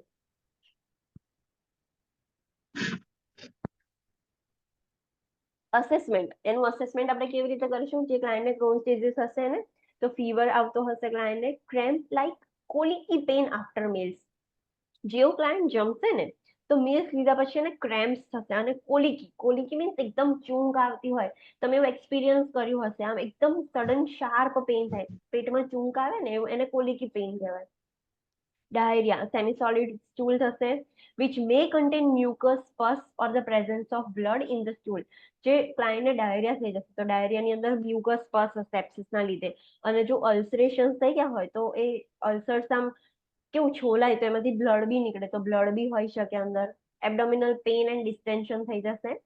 એનોરેક્સિયા, નોઝિયા, વોમિટિંગ જોવા મળશે. ક્લાયન્ટમાં વેટ લોસ થઈ જશે. અનિમિયા, ડિહાઇડ્રેશન, electrolyte imbalances જોવા મળશે and malnutrition may be worse than that seen in ulcerative colitis. આપણે ખબર છે કે અલ્સરેટિવ કોલાઇટિસમાં બી માલન્યુટ્રિશન થતું હતું, પણ આમાં તો એનાથી બી વર્સ થઈ જશે માલન્યુટ્રિશન. ક્લાયન્ટ એકદમ માલનરિશ થઈ જશે. ઇન્ટરવેન્શન્સ આપણે શું કરીશું? તો care is similar two that four the client with ulcerative colitis. However, surgery may be necessary, but it is avoided as long as possible because recurrence of this disease process in the same region is likely to occur. આની treatment same ulcerative colitis જેવી છે. આનો બી કોઈ cure નથી. એક વખતે Crohn's disease થઈ ગયો તો મતલબ થઈ જ ગયો, એના સેલ્સ ડેમેજ થઈ ગયા, તમે એને રિવર્સ ના કરી શકો. તો એની કેર સેમ અલ્સરેટિવ કોલાઇટિસ જેવી જ છે કે એને જે રેમિશન, આપણે ક્લાયન્ટનું એટલું ધ્યાન રાખવાનું કે ક્લાયન્ટને એક્ઝર્સર્બેશન પીરિયડ ના આવે. રેમિશન પીરિયડમાં ભલે રહેતું ક્લાયન્ટ, પણ જ્યારે અગર એ બી હેન્ડલ ના થઈ શકે, જ્યાં સુધી પોસિબલ ના હોય ત્યાં સુધી સર્જરી નહીં કરવાની. આપણે સર્જરીને અવોઇડ કરવાની as long as possible. Because તમે સર્જરી કરીને એટલું પોર્શન રિમૂવ કરી દેશો, બરાબર, તો ચાન્સીસ છે કે ફરીથી થઈ જશે એની આજુબાજુના રિજનમાં, બીકોઝ ક્લાયન્ટની અંદર જીન્સ એના એબનોર્મલ થઈ ગયા છે. દેટ્સ વાય ફરીથી થવાના ચાન્સીસ છે. તો તમે કેટલું રિમૂવ કરશો? એટલે સર્જરી બને ત્યાં સુધી અવોઇડ કરવામાં આવે. અગર જો ક્લાયન્ટને એક્યુટ એક્ઝર્સર્બેશન પીરિયડમાં જ રહેતું હોય, ક્લાયન્ટ ને રેમિશન પીરિયડ આવતો જ ના હોય, તો પછી લાસ્ટમાં surgery is the last option. Monitor for sign and symptoms of peritonitis, bowel obstruction and nutritional and fluid imbalances. Early detection or a change in the client status will help reduce life-threatening complications. આપણે ક્લાયન્ટ્સના sign and symptoms monitor કરવાના. પેરિટોનાઇટિસ થઈ ગયું હોય તો એના sign and symptoms monitor કરવાના. Bowel obstruction, because એમાં લ્યુમેન narrow થઈ જાય છે, ઇન્ટેસ્ટાઇન એકદમ થિક થઈ જશે અને લ્યુમેન નેરો થતા થતા કમ્પ્લીટલી ઓબ્સ્ટ્રક્ટ થઈ જશે, તો બોવેલ ઓબ્સ્ટ્રક્શન થઈ જશે. ન્યુટ્રિશનલ ઇમ્બેલેન્સીસ, ફ્લુઇડ ઇમ્બેલેન્સીસ જોવા મળશે. અને જેટલું અર્લી ડિટેક્ટ થઈ જાય કોઈ ક્લાયન્ટને, કે આપણને વહેલું ખબર પડી જાય કે ક્લાયન્ટને ક્રોન્સ ડિઝીઝ છે, તો આપણે એને લાઈફ થ્રેટનિંગ કોમ્પ્લિકેશન્સથી અવોઇડ કરી શકીએ. આપણે એને લાઇફસ્ટાઇલ મોડિફિકેશન્સ કરાવી શકીએ, મેડિકલ મેનેજમેન્ટ કરી શકીએ, તો ક્લાયન્ટને લાઈફ થ્રેટનિંગ કોમ્પ્લિકેશન્સ અરાઇઝ ના થાય અને રેમિશન પીરિયડમાં રહે ક્લાયન્ટ. તો અર્લી જેટલું ડિટેક્શન થાય એટલું સારું છે. Next condition is appendicitis. બહુ જ કોમન કન્ડિશન છે, એવરીવન ખબર જ હશે કે એપેન્ડિસાઇટિસ શું છે. What do you mean by appendicitis? Inflammation of the Inflammation appendix. of appendix. Yes, જે એપેન્ડિક્સ છે એ ઇન્ફ્લામ થઈ ગયું છે. Inflammation of the appendix. When the appendix becomes inflamed or infected, rupture may occur within matter of hours, leading to peritonitis and sepsis. જ્યારે એપેન્ડિસાઇટિસ હોય ને તો વી કેન નોટ વેટ. આમાં આપણે મેડિકલ મેનેજમેન્ટ માટે આપણે વેટ ના કરી શકીએ. કેમ? બીકોઝ એપેન્ડિક્સ છે ને, જે એપેન્ડિસાઇટિસ થઈ હોય તો એપેન્ડિક્સને પરફોરેટ થઈને રપ્ચર થતા વાર નથી લાગતી. વિધિન મેટર ઓફ અવર્સમાં એ ઇન્ફ્લામ થઈને એકદમ રપ્ચર થઈ જશે, ફાટી જશે. તો એના લીધે શું થશે? પેરિટોનાઇટિસ થઈ જશે. એન્ડ પેરિટોનાઇટિસ વધી જાય તો સેપ્સિસ થઈ જાય, દેન સેપ્ટિક શોક અને પેશન્ટ મરી જાય. તો એપેન્ડિસાઇટિસ એક એવી કન્ડિશન છે કે એમાં આપણે મેડિકલી એને ટ્રીટ કરવા નથી બેસતા. એપેન્ડિસાઇટિસ છે તો તરત જ એપેન્ડિક્સ રિમૂવ કરવાનું, that is the first option. એમ મેડિકલ મેનેજમેન્ટ માટે આપણે વેઇટ નથી કરતા. અસેસમેન્ટ, જે બી ક્લાયન્ટને એપેન્ડિસાઇટિસ હશે તો એમને શું થશે? તો pain in the periumbilical area that descends to the right lower quadrant. Periumbilical area એટલે જે નેવલની આજુબાજુ, જે અમ્બલિકલ છે, અમ્બલિકસની આજુબાજુ પેન થશે અને પેન ધીરે ધીરે રાઇટ લોઅર ક્વાડ્રન્ટ બાજુ રેડિયેટ થશે. અને પોઈન્ટને શું કહેવાય જ્યાં પેન થાય એને? Awkward point. Yes, McBurney's point. જ્યાં આગળ, જ્યાં ઇન્ટેસ્ટાઇન છે, જે આગળ એપેન્ડિક્સ છે અને ઇન્ફ્લામેશન થયું છે, એને મેકબર્ની પોઈન્ટ કહેવાય. કે ત્યાં આગળ પેન બહુ જ વધારે ઇન્ટેન્સ હશે. પેન અહીંથી છે અહીં સુધી રેડિયેટ થશે, પણ અહીંયા આગળ મેકબર્નીસ પોઈન્ટ આગળ પેન બહુ વધારે હશે. અને મેકબર્નીસ પોઈન્ટ આપણે કેવી રીતે કેલ્ક્યુલેટ કરવાનું? તો હું તમને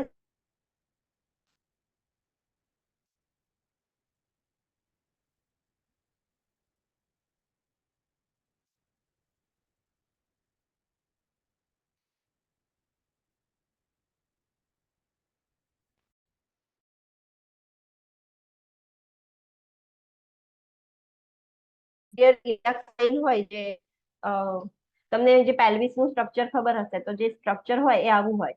તો આ જે ઇલિયાક સ્પાઇન છે ત્યાં સુધી ક્લાયન્ટનું તમે આમ ટચ કરશો તો તમને હાર્ડ ફીલ થશે. તો ત્યાં સુધી ઇમેજનરી એક લાઈન ડ્રો કરવાની, ત્રાંસી લાઈન, અને એમાં 2 પોઈન્ટ આપી દેવાના ઇક્વલ ડિસ્ટન્સ પર, એક અને બીજો પોઈન્ટ આપી દેવાનો.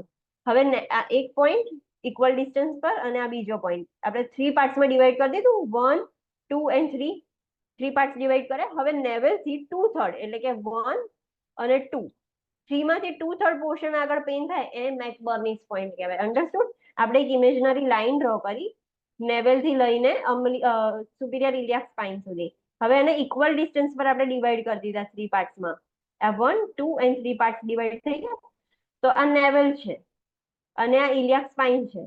તો આ બાજુથી જઈએ તો 2/3 પોર્શન કહેવાય, 1 એન્ડ 2 એટલે અહીંયા 2/3 પોર્શન. અને અગર ઇલિયાક સ્પાઇન બાજુથી જઈએ તો કયો પોર્શન કહેવાશે? 1/3. 1/3. 1/3, યસ, 1/3 કહેવાશે. અગર ઇલિયાક સ્પાઇન થી જઈએ તો જે ફર્સ્ટ પોઈન્ટ છે આ 1/3, એને આ જે પોઈન્ટ છે એને આપણે મેકબર્નીસ પોઈન્ટ કહીશું. જે એપેન્ડિક્સ છે એ ત્યાં આગળ આવેલું છે.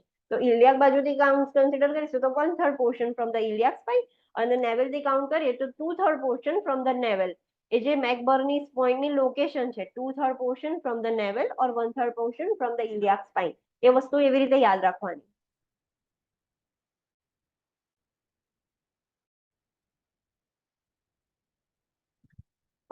Rebound tenderness and abdominal rigidity. Rebound tenderness means, new student will tell me. New rebound tenderness એટલે જ્યારે ટચ કરીએ અને પછી છોડી દઈએ એના પછી પેન. યસ, જ્યારે તમે ટચ કરો, પાલ્પેટ કરો ત્યારે પેઇન થાય એને આપણે ટેન્ડરનેસ કહીએ. પણ તમે પાલ્પેટ કરીને રિલીઝ કરો ને ત્યારે વધારે પેઇન થાય કમ્પેર ટુ જ્યારે તમે પાલ્પેટ કર્યું, તેને રીબાઉન્ડ ટેન્ડરનેસ કહેવાય. એન્ડ એબ્ડોમેન રિજિડિટી જોવા મળશે. જે એબ્ડોમેન છે એકદમ રિજિડ થઈ ગયો હશે. લો ગ્રેડ ફીવર જોવા મળશે, elevated WBC count, anorexia, nausea, vomiting, client in sideline position with abdominal gardening and legs flex. Client sideline પોઝિશનમાં આવી જશે બીકોઝ એને પેઇન થતું હશે અને એબ્ડોમિનલ ગાર્ડનિંગ કરી દીધું હશે, કવર કરી દીધું છે એનું એબ્ડોમેન, અને લેગ્સ બી એકદમ ફ્લેક્સ કરી દીધા હશે, એટલે ફીટલ પોઝિશનમાં આવી જશે ક્લાયન્ટ. એટલું બધું એને પેઇન થતું હશે. કોન્સ્ટિપેશન ઓર ડાયરિયા જોવા મળશે, ડિપેન્ડ છે. કોન્સ્ટિપેશન બી જોવા મળે ઓર ડાયરિયા બી જોવા મળે, અને પેરિટોનાઇટિસ બી થઈ શકે છે. ક્લાયન્ટનું જો એ રપ્ચર થઈ જાય, જે એપેન્ડિક્સ છે તો પેરિટોનાઇટિસ થઈ જાય, ઇન્ફ્લામેશન ઓફ ધ પેરિટોનિયમ, એને પેરિટોનાઇટિસ કહેવાય. હવે એનું ઓપ્શન શું છે? Surgical removal of the appendix. એને શું કહેવાય? Appendectomy. એપેન્ડેક્ટોમી. યસ. આમાં મેડિકલ મેનેજમેન્ટ નહીં કરવાનું. પ્લીઝ રિમેમ્બર ધેટ કે આ કન્ડિશનમાં આપણે મેડિકલ મેનેજમેન્ટ માટે વેઇટ ના કરી શકીએ. કેમ? કેમ કે within our rupture થઈ જાય. યસ, એપેન્ડિક્સ ને રપ્ચર થતા વાર નથી લાગતી. તમે થોડુંક બી ડીલે કરશો તો વિધિન ફ્યુ અવર્સ એ એપેન્ડિક્સ રપ્ચર થઈ Perforated. જશે અને પેરિટોનાઇટિસ થઈ જશે, ક્લાયન્ટ સેપ્સિસ થઈ જશે, સેપ્ટિક શોકમાં જતું રહેશે, ક્લાયન્ટ કેન ડાય. તો એનું ફર્સ્ટ ઓપ્શન છે એપેન્ડેક્ટોમી. પ્રી ઓપરેટિવ ઇન્ટરવેન્શન આપણે શું કરવાના? ક્લાયન્ટને જે બી સર્જરીમાં જવાનું હોય તો એની પહેલા આપણે શું ધ્યાન રાખીએ? Inform consent need to be obtain, maintain NPO status, maintain administer fluid IV to prevent dehydration. ક્લાયન્ટને ડિહાઇડ્રેશન ના થઈ જાય NPO સ્ટેટસના લીધે, એટલે આપણે IV ફ્લુઇડ એડમિનિસ્ટર કરીશું. Monitor for changes in level of pain. Yes, this is the important point. આ બહુ જ ઇમ્પોર્ટન્ટ પોઈન્ટ છે. આના ઉપર એન્ટ્રેક્સમાં ક્વેશ્ચન્સ બહુ જ વધારે પૂછાય છે. તો મેક શ્યોર કે આ પોઈન્ટ તમે ભૂલી ના જાઓ. Monitor for the changes in level of pain. કેમ? પેનના લેવલમાં, પેનમાં ચેન્જીસ થાય એ ખાસ મોનિટર કરવાનું. કેમ? કોઈને ખબર છે કેમ? કેમ કે આઈડેન્ટિફાઈ કરી શકાય કે રપ્ચર થયું છે કે નહીં. Yes. Please explain me in little bit detail કે કેમ એવું થાય, શું થાય એમાં. તમને હું let me give you one scenario. એક ક્વેશ્ચન આપું છું, જસ્ટ લાઈક એન્કલેક્સ, કે તમારી જોડે એક 29 ઓલ્ડ મેલ પેશન્ટ આવ્યું છે with the complain of severe abdominal pain at McBurney's point. તમે અસેસમેન્ટ કર્યું ત્યારે તમને ખબર પડી કે એને મેકબર્નીસ પોઈન્ટ પર પેઇન થાય છે. એની સર્જરી તમે પ્લાન કરી, કે તમને આઈડેન્ટિફાઈ થઈ ગયું કે ક્લાયન્ટને એપેન્ડિસાઇટિસ છે and you are planning surgery for the client. હવે within half an hour client is saying કે માય પેઇન હેઝ ગોન, મને પેઇન મટી ગયું. So what you will do?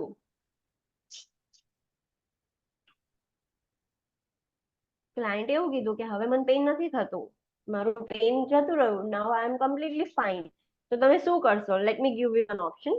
કે પછી એની સર્જરી પોસ્ટપોન કરી દેશો, ક્લાયન્ટનું ઇમરજન્સી મતલબ તમે PHCP ને ઇન્ફોર્મ કરીને સર્જરી મતલબ એઝ સુન એઝ પોસિબલ તમે તરત જ ક્લાયન્ટને સર્જરી માટે શિફ્ટ કરશો. દેન ક્લાયન્ટને તમે ફૂડ ઇન્ટેક આપશો, NPO સ્ટેટસ બ્રેક કરી દેશો કે ક્લાયન્ટને પેઇન નથી થતું તો હવે સર્જરી પોસ્ટપોન થઈ ગઈ છે, તો let me give you some IV fluids orally, કે તમે ઓરલ ઇન્ટેક સ્ટાર્ટ કરાવશો. ઓર એલ્સ ખાલી ડોક્યુમેન્ટ કરી દેશો કે ઓકે ક્લાયન્ટને અત્યારે પેઇન ઓછું થઈ ગયું છે. શું કરશો?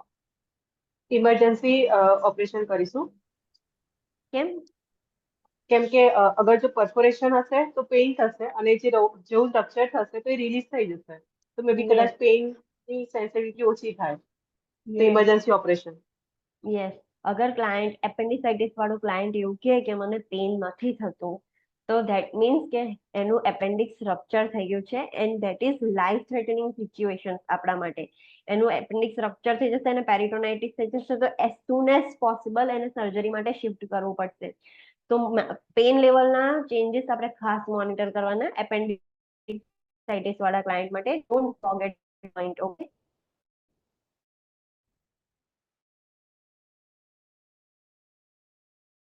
એપેન્ડિક્સ અને પેરિટોનાઇટિસ ને આપણે મોનિટર કરવાના.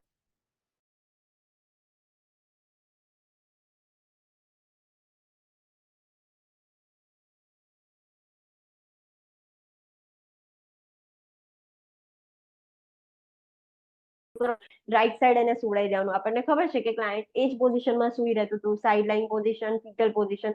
તો ક્લાયન્ટને રાઈટ સાઈડ પોઝિશન આપવાની કાં તો લો સેમી ફાઉલર પોઝિશન આપવાની. તો ક્લાયન્ટને થોડુંક એબ્ડોમન પર આમ પ્રેશર ક્રિએટ થાય તો એબ્ડોમન આમ ગાર્ડ થઈ જાય, તો ક્લાયન્ટને થોડુંક રિલીફ થાય, કમ્ફર્ટ મળે ક્લાયન્ટને. મોનિટર બોવેલ સાઉન્ડ મોનિટર કરવાના. apply ice packs to the abdomen for 20 to 30 minutes every hour if prescribed. Ice pack apply કરવાનું ક્લાયન્ટના એબ્ડોમેન પર 20 to 30 મિનિટ્સ માટે એપ્લાય કરવાનું, પછી નેક્સ્ટ અવર 1 કલાક પછી ફરી 20 to 30 મિનિટ્સ અપ્લાય કરવાનું. તો એવી રીતે કરવાનું કે એવરી અવર 20 to 30 મિનિટ્સ માટે અપ્લાય કરી શકીએ. Administer antibiotics as prescribe. Avoid laxative or enema. કોઈ લેક્ઝેટિવ કે એનિમા નહીં આપવાનું બીકોઝ એ સ્ટૂલ પાસ કરાવવામાં હેલ્પ કરે અને એપેન્ડિક્સ અત્યારે મતલબ ઇન્ફ્લામ છે તો ચાન્સીસ છે કે એપેન્ડિક્સની અંદર એ સ્ટક થઈને એપેન્ડિક્સ રપ્ચર કરી શકે. તો કોઈ લેક્ઝેટિવ એનિમા કશું જ નહીં આપવાનું. This is the important point. Red point છે that is so important. Avoid application of heat to the abdomen of a client with appendicitis. Heat can cause rupture of appendix leading to peritonitis, a life-threatening condition. જે બી ક્લાયન્ટને એપેન્ડિસાઇટિસ હોય તો એમાં ખાસ ધ્યાન રાખવાનું કે heat application નહીં કરવાનું. કોલ્ડ એપ્લિકેશન આપણે આપી શકીએ છીએ, આઈસ એપ્લાય કરી શકીએ છીએ, પણ હીટ નહીં આપવાની બીકોઝ તમે હીટ આપશો તો હીટના લીધે શું થશે કે ફટાફટ પેલું આપણે નહીં કહેતા કે આમ ઇન્ફ્લામ થઈ ગયું છે પાકીને એકદમ બર્સ્ટ થઈ જશે. જેવું બી હીટ તમે અપ્લાય કરશો તરત જ એનું જે અપેન્ડિક્સ છે એકદમ જ રપ્ચર થઈ જશે અને રપ્ચર થઈ જશે તો પેરિટોનાઇટિસ થઈ જશે. પેરિટોનાઇટિસ પછી sepsis and septic shock. Septic શોક એ લાઈફ થ્રેટનિંગ કન્ડિશન્સ છે તો ક્લાયન્ટ કેન ડાય. તો હીટ અપ્લાય બિલકુલ બી નહીં કરવાની ક્લાયન્ટ પર. કોલ્ડ એપ્લિકેશન આપણે કરી શકીએ છીએ પણ હીટ નહીં અપ્લાય કરવાની. અન્ડરસ્ટેન્ડ? પોસ્ટ ઓપરેટિવ કેર આપણે શું લઈશું, શું ધ્યાન આપીશું? તો monitor temperature for signs of infection. Surgery પછી એનું ટેમ્પરેચર ખાસ ચેક કરવાનું કે એને કોઈ ઇન્ફેક્શન તો નથી થઈ ગયું ને. Assess incision for the signs of infection such as redness, swelling and pain. જે ઇન્સિઝન હોય એને ચેક કરવાનું બીકોઝ ત્યાં આગળ અગર રેડનેસ, સ્વેલિંગ, પેઇન એવું હશે, રીડ ઇન શોર્ટ ચેક કરવાનું કોઈ બી વુન્ડ હોય એનો તો આપણને ખબર પડે કે ઇન્ફેક્શન છે કે નહીં. Maintain NPO status until bowel function has return. જ્યાં સુધી બોવેલ ફંક્શન જીઆઈ સર્જરીમાં કે કોઈ બી સર્જરીમાં બોવેલ ફંક્શન જ્યાં સુધી પ્રોપર ના આવી જાય ત્યાં સુધી આપણે એને કશું જ ના આપી શકીએ. એનપીઓ જ રાખવું પડે ક્લાયન્ટને. Advance diet gradually as tolerated and as prescribe when bowel sounds return. જો બોવેલ સાઉન્ડ્સ પાછા આવી જાય, નોર્મલ ગેસ પાસ થાય અને પેરિસ્ટાલ્ટિક મુવમેન્ટ આવી જાય તો ક્લાયન્ટને ધીરે ધીરે આપણે ડાયટ આપીએ કે ક્લિયર લિક્વિડ થી full liquid then semi solid and solid. If rupture of appendix occurred, expect a drain to be inserted or the incision may be left open to heal from the inside out. અગર ક્લાયન્ટને surgery પહેલા rupture થઈ ગયું હોત appendix તો એની જે surgery કરવામાં આવે આપણે ફટાફટ એને સર્જરી માટે મોકલી દીધું, પણ જે બી ક્લાયન્ટનું એપેન્ડિક્સ રપ્ચર થઈ ગયું હોય એને સર્જરી પછી ડ્રેન મૂકવામાં આવે. Have you seen the drain? કેવી હોય ડ્રેન ખબર છે ને? Yes sir. હા, એ ડ્રેન્સનું કામ શું છે કે અંદર જે બી વેસ્ટ પ્રોડક્ટ છે, જે બી ડિસ્ચાર્જ છે બધું કલેક્ટ કરવાનું. તો એમાં એ લોકોનામાં ડ્રેન હશે ઓર એલ્સ કે જે ઇન્સિઝન છે એ ટેમ્પરરી થોડોક ઓપન રાખ્યો હશે કે પ્રોપરલી હીલ થઈ જાય અંદર બધું. તો ડ્રેન મૂકી હશે કાં તો ઇન્સિઝન ઓપન રાખ્યો હશે. Expect that drainage from the drain may be profuse for the first 12 hours. હવે જે ડ્રેન મૂકી છે તો એના ફર્સ્ટ 12 અવર્સમાં ડ્રેનેજ બહુ જ બધું આવતું હશે, એકદમ પ્રોફ્યુઝ ડ્રેનેજ આવતું હશે, એટલો બધો ડ્રેનેજ હશે first 12 અવર્સમાં. Position the client in a right sideline or low semifowler position with leg flexed to facilitate drainage. ક્લાયન્ટને સર્જરી પછી રાઈટ સાઇડ લાઇન પોઝિશન આપવાની ઓર એલ્સ લો સેમીફાઉલર, હાઈ સેમીફાઉલર નહીં, લો એટલે 30 ડિગ્રી સુધી બેડ એલિવેટ કરવાનું or else leg થોડા flex કરાવી દેવાના. એનાથી શું થશે કે ડ્રેનેજ ફેસિલિટેટ થશે, બધું જે ડ્રેનેજ છે એ બધું ફટાફટ ડ્રેનેજ બેગમાં આવી જશે. Change the dressing as prescribed and record the type and amount of drainage. Dressing જે પ્રમાણે ડોક્ટરે કીધું હોય કે every 4 hour or every 8 hour every shift જે બી પ્રમાણે PSCP પ્રિસ્ક્રાઇબ કર્યું હોય એ પ્રમાણે ડ્રેસિંગ ચેન્જ કરતું રહેવાનું ક્લાયન્ટનું. અને ડ્રેનેજ કેવા ટાઈપનો આવે છે, મતલબ કેટલા ટાઈપના ડ્રેનેજ હતા? 4. યસ, કયા કયા 4? Serous. Serous, then Serosanguinous. Serosanguinous. sanguineous, and then Sanguineous.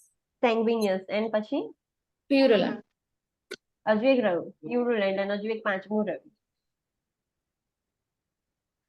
Haemorrhagic. Okay. Okay, તો કયા ટાઈપનું ડ્રેનેજ છે, કેટલા અમાઉન્ટનું ડ્રેનેજ છે એ આપણે મોનિટર કરવાનું, રેકોર્ડ કરવાનું. અને એ બી તમારે યાદ રાખવાનું કે કયું ડ્રેનેજ એબનોર્મલ છે ને કયું ડ્રેનેજ નોર્મલ છે. Okay, I am not asking that, but please remember that. Perform wound irrigation as prescribed. અગર wound irrigation, wound open હોય તો wound irrigate કરવું પડે કે જે બી હોય તે પ્રમાણે જે બી પ્રિસ્ક્રાઇબ કર્યું એ પ્રમાણે કરવાનું. Maintain NG suction and patency of the NG tube is present. અગર પરફોરેટ થઈ ગયું હોય અને રપ્ચર થઈ ગયું હોય તો એવા જે ક્લાયન્ટ હશે એમનામાં NG ટ્યુબ મૂકી હશે અને NG ટ્યુબ સક્શનિંગ ચાલુ હશે, તો એ મેન્ટેન રાખવાનું. NG ટ્યુબ જે સક્શન થતું હોય કન્ટિન્યુઅસલી એને આપણે બ્રેક નહીં કરવાનું, એ મેન્ટેન રાખવાનું, ખોલવાની નહીં વચ્ચેથી. અને એની પેટેન્સી ચેક કરવાની કે ક્યાંક ઓબ્સ્ટ્રક્શન તો નથી થઈ ગયું, ડ્રેનેજ પ્રોપરલી આવે છે ને NG ટ્યુબમાંથી, એ ખાસ ચેક કરવાનું. Administer antibiotics and analgesics as prescribed. Help the client to get out of the bed few hours after surgery to help prevent the respiratory complications such as atelectasis. Surgery પછી ક્લાયન્ટને થોડા કલાક પછી આપણે ક્લાયન્ટને એમ્બ્યુલેટ કરાવવાનું. એમ્બ્યુલેટ કરાવવાનું main reason શું છે કે સર્જરી પછીની જે કોમ્પ્લિકેશન્સ છે, DVT and respiratory complications, that is atelectasis, એવી કોમ્પ્લિકેશન્સ ના થાય એટલે સર્જરી પછી as soon as possible client tolerate કરી શકે તો આપણે એમ્બ્યુલેટ કરાવી દઈએ છીએ ક્લાયન્ટને. Next condition is diverticulosis. Before that, let's take 5-minute break and પછી હું continue કરું. Next condition.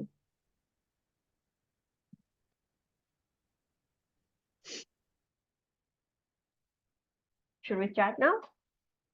Yes, no. Okay. So let's start with our next condition, that is diverticulosis and diverticulitis. What do you mean by diverticulosis first? Diverticulosis માં શું થશે? I don't want exact definition in English. તમને શું ખબર છે કે diverticulosis માં શું થાય?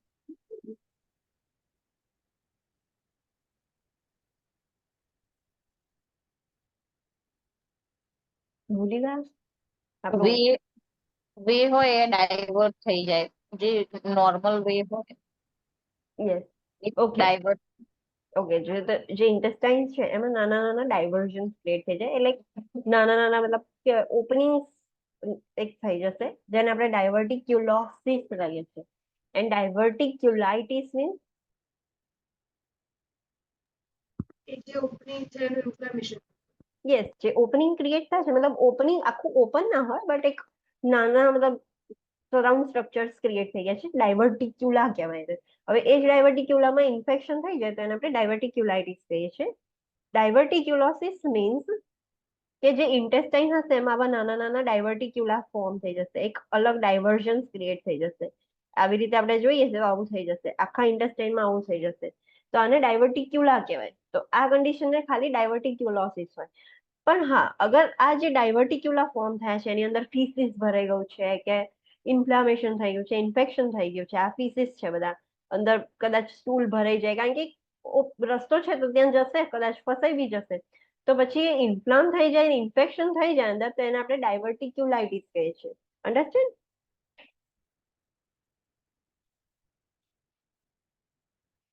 Diverticulosis means diverticulosis is an outpouching or herniation of the intestinal mucosa. જે ઇન્ટેસ્ટાઇન છે એનું એક આઉટપાઉચિંગ થઈ જાય છે, ઓર નાના નાના હર્નિએશન્સ થઈ જાય છે ઇન્ટેસ્ટિનલ મ્યુકોઝાના. The disorder can occur in any part of the intestine, but it is most common in sigmoid colon.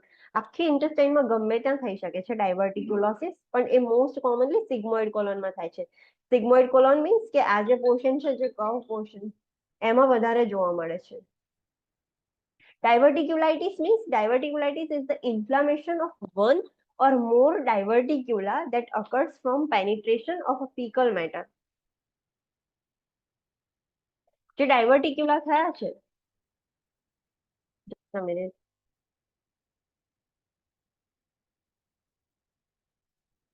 જે ડાયવર્ટિક્યુલા થયા છે એ ડાયવર્ટિક્યુલાની અંદર ફિકલ મેટર અંદર એન્ટર થઈ ગયું છે કે કશું બી થયું છે તો એના લીધે ઇન્ફ્લામેશન થઈ જાય તો એને આપણે ડાયવર્ટિક્યુલાઇટિસ કહીએ છીએ. It can result in local abscess formation or perforation. તો જ્યાં આગળ ફિકલ મેટર અંદર પેનિટ્રેટ થઈ જશે, ઇન્સર્ટ થઈ જશે, તો એની અંદર ત્યાં લોકલ મતલબ જ્યાં આગળ ઇન્સર્ટ થયું છે જે ડાયવર્ટિક્યુલા અફેક્ટ થયું છે તો એની અંદર એબ્સેસ ફોર્મેશન થઈ જશે અને પરફોરેશન થઈ જશે. ડાયવર્ટિક્યુલા કેવું થઈ જશે હવે? પરફોરેશન મીન્સ કે એક ઓપનિંગ ક્રિએટ થઈ જશે ત્યાંથી. A perforated diverticulum can progress to intra-abdominal perforation with generalized peritonitis. હવે જો એક ડાયવર્ટિક્યુલમ પરફોરેટ થઈ જાય તો એના લીધે કે ઇન્ટ્રા એબ્ડોમિનલ પરફોરેશન થશે કે એક જગ્યાએ નાનું કાણું થયું તો પછી હવે બધું જ પોર્શન છે જે એબ્ડોમિનલ કન્ટેન્ટ છે બધું જ પેરિટોનિયમમાં જતું રહેશે અને એના લીધે પેરિટોનાઇટિસ થઈ જશે. અન્ડરસ્ટેન્ડ? અસેસમેન્ટ, જે લોકોને ડાયવર્ટિક્યુલોસિસ ઓર ડાયવર્ટિક્યુલાઇટિસ હોય તો એમાં શું સાઇન એન્ડ સિમ્પટમ્સ જોવા મળે? તો left lower quadrant abdominal pain that increases with coughing, strain or lifting. Left lower quadrant. કેમ left lower quadrant?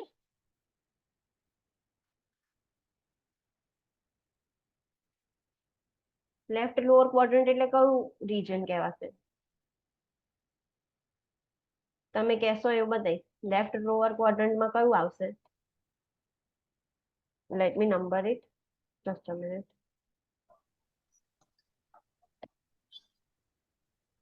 Ilium. Okay. 1, 2, 3, 4, 5, 6, 7, 8, 9. Left lower quadrant region એટલે કઈ સાઈડ? કયા નંબરના ક્વાડ્રન્ટમાં પેઇન થશે?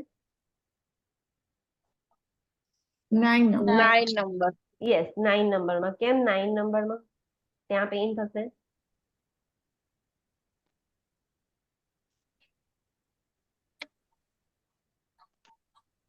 બીકોઝ એ સિગ્મોઇડ કોલોનને વધારે અફેક્ટ કરે છે. તો સિગ્મોઇડ કોલોન ક્યાં આવેલું છે? ઓબ્વિયસલી લેફ્ટ લોઅર ક્વાડ્રન્ટમાં આવેલું છે. That's why left lower quadrant pain થશે, એબ્ડોમિનલ પેઇન. અને ક્યારે ઇન્ક્રીઝ થાય કે જ્યારે ક્લાયન્ટ કોફિંગ કરે, સ્ટ્રેન કરે, કાં તો કશું હેવી વસ્તુ લિફ્ટ કરે ત્યારે ક્લાયન્ટને પેઇન વધારે થાય. એલિવેટેડ ટેમ્પરેચર, બીકોઝ ઇન્ફ્લામેશન અને ઇન્ફેક્શન થયું છે તો ટેમ્પરેચર એલિવેટ થશે. Nausea and vomiting. Flatulence means gas formation થઈ જશે. ક્રેમ્પ લાઇક પેઇન થશે ક્લાયન્ટને. એબ્ડોમિનલ ડિસ્ટેન્શન એન્ડ ટેન્ડરનેસ જોવા મળશે. ઇન્ફ્લામેશનના લીધે એવું થાય. પાલ્પેબલ ટેન્ડર રેક્ટલ માસિસ મે બી પ્રેઝન્ટ. એ જે ડાયવર્ટિક્યુલા ફોર્મ થયા છે બધા નાના નાના, તો તમે જ્યારે પાલ્પેટ કરો ને તો તમને એક માસ ફીલ થશે અને એ ટેન્ડર હશે. જેવું તમે ત્યાં પાલ્પેટ કરશો ને તમને રેક્ટલ માસ ફીલ થશે ને તમે ત્યાં પ્રેસ કરશો ને તો ક્લાયન્ટને પેઇન થશે. તો તમને પાલ્પેબલ રેક્ટલ માસ ફીલ થશે જે ટેન્ડર હોય. બ્લડ ઇન ધ સ્ટૂલ, સ્ટૂલની અંદર બ્લડ આવશે ક્લાયન્ટનામાં. ઇન્ટરવેન્શન શું કરશો? Provide bed rest during the acute phase. જ્યારે એક્યુટ ફેઝમાં હોય ક્લાયન્ટની કન્ડિશન ત્યારે એને બેડ રેસ્ટ કરાવવાનું. Maintain NPO status or provide clear liquid during the acute phase as prescribed.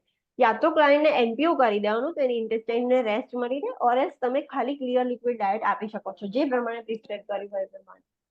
When the diverticulitis is active, provide a low fiber diet, and as inflammation resolves, provide a high fiber diet. Excuse me, સાંભળો ને, આ ખાલી બંધ કરશો ને. આપણને ખબર છે કે ઇન્ટેસ્ટાઇનમાં ઇન્ફ્લામેશન હોય ત્યારે આપણે લો ફાઈબર ડાયટ આપીએ છીએ કે ઇન્ટેસ્ટાઇનને સ્ટ્રેસ ના પડે. તો જ્યારે બી ઇન્ફ્લામેશન એક્ટિવ હોય, ડાયવર્ટિક્યુલાઇટિસ એક્ટિવ સ્ટેજમાં હોય, પ્રેઝન્ટ હોય, ત્યારે લો ફાઈબર ડાયટ આપવાનું. જેમ જેમ ઇન્ફ્લામેશન રિસોલ્વ થઈ જાય એમ આપણે હાઈ ફાઈબર ડાયટ આપી શકીએ. Administer antibiotics, analgesics and anticholinergics to reduce the bowel spasm as prescribed. બોવેલને આપણે અત્યારે રેસ્ટ કરાવવાનું છે તો બોવેલ સ્પાઝમ રિડ્યુસ કરવા માટે આપણે એન્ટીબાયોટિક્સ આપીશું ઇન્ફ્લામેશન માટે, એનાલ્જેસિક્સ આપીશું પેઇન માટે, એન્ટીકોલિનર્જિક્સ બોવેલ સ્પાઝમ ઓછા કરવા માટે. એ બધું જ ડ્રાય આઉટ કરી દે છે એના માટે.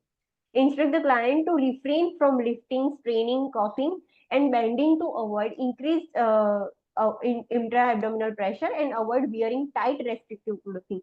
ક્લાયન્ટને સમજાવવાનું કે એવી કોઈ એક્ટિવિટી નહીં કરવાની કે જેનાથી એમનું ઇન્ટ્રા એબ્ડોમિનલ પ્રેશર વધે. તો કઈ એક્ટિવિટીથી વધે છે? કશું લિફ્ટ કરવાથી, સ્ટ્રેન કરવાથી.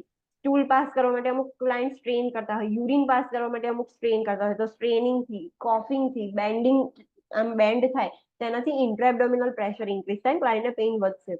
તો ક્લાયન્ટને કહેવાનું કે એવી કોઈ વસ્તુ બધું જ અવોઇડ કરવાનું અને એકદમ ટાઈટ રેસ્ટ્રિક્ટિવ ક્લોથિંગ નહીં પહેરવાનું. Monitor for perforation, haemorrhage, fistula and abscess.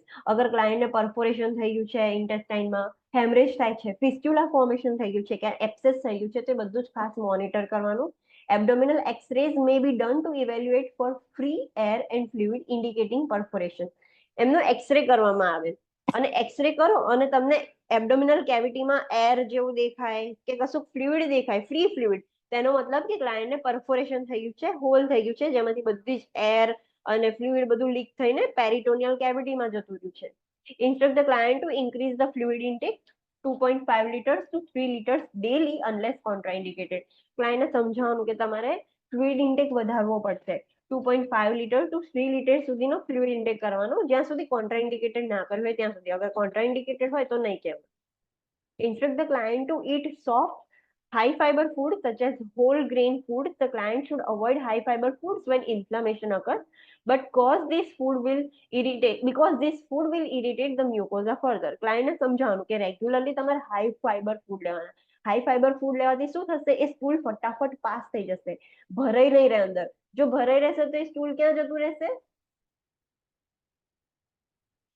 અગર ઇન્ટેસ્ટાઇનમાં ડાયવર્ટિક્યુલા છે અને સ્ટૂલ અંદર ભરાઈ રહેશે, ફટાફટ પાસ નહીં થાય, તો એ સ્ટૂલ ક્યાં જશે? એ ડાયવર્ટિક્યુલાના અંદર મતલબ યસ, ડાયવર્ટિક્યુલામાં સ્ટક થઈ જશે. તો આપણે એ વસ્તુ નથી થવા દેવાની. એટલે ક્લાયન્ટને એવું કહેવાનું કે તમારે સોફ્ટ ફૂડ લેવાના ને હાઈ ફાઈબર ફૂડ લેવાના, જેમ કે હોલ ગ્રેન્સ ને ફ્રૂટ્સ એન્ડ વેજીટેબલ્સમાં ફાઈબર વધારે હોય. તો ક્લાયન્ટને સમજવાનું કે તમારે હાઈ ફાઈબર ફૂડ લેવાનું. હા, પણ જ્યારે તમને ઇન્ફ્લામેશન થઈ જાય, ડાયવર્ટિક્યુલાઇટિસ થઈ જાય, ઇન્ફ્લામેશન હોય, ત્યારે તમારે ફાઈબર ફૂડ નહીં લેવાનું, લો ફાઈબર ફૂડ લેવાનું. પણ ઇન્ફ્લામેશન નથી તો તમારે હાઈ ફાઈબર ફૂડ લેવાનું કે જે ઇન્ફ્લામેશન થવા જ ના દે, સ્ટૂલને ફટાફટ નીકાળી દે. Instruct the client to avoid gas forming foods or food containing indigestible roughages, seeds, nuts or popcorn because this food substance becomes trapped in diverticula and causes inflammation. ક્લાયન્ટને સમજાવવાનું કે કોઈ બી ગેસ ફોર્મિંગ ફૂડ નહીં લેવાના, કાં તો કોઈ એવું food કે જે બહુ ઇઝીલી ડાયજેસ્ટ નથી થઈ શકતું. અમુક સીડ્સ છે જે તમે ખાઓ તો એવા ને એવા જ નીકળી જાય. નટ્સ છે, પોપકોર્ન છે, અમુક વખતે એવા બધા જે કોર્ન્સ છે એ બધું શું થશે કે ડાયજેસ્ટ નહીં થાય અને એમનું એમ જ નીકળી જશે. તો ચાન્સીસ છે કે એ છે ને ડાયવર્ટિક્યુલાની અંદર ટ્રેપ થઈ જાય. નાની વસ્તુ છે તો અંદર ટ્રેપ થઈ જશે, તો એના લીધે ઇન્ફ્લામેશન થઈ જશે. Instruct the client to consume a small amount of bran daily and to take bulk forming laxatives as prescribed to increase the stool mass. ક્લાયન્ટને સમજાવવાનું કે ડેલી એક બ્રાન ખાય. બ્રાનમાં ફાઈબર બહુ જ વધારે હોય. એ ટાઈપ ઓફ ગ્રેન છે. You can search it on Google.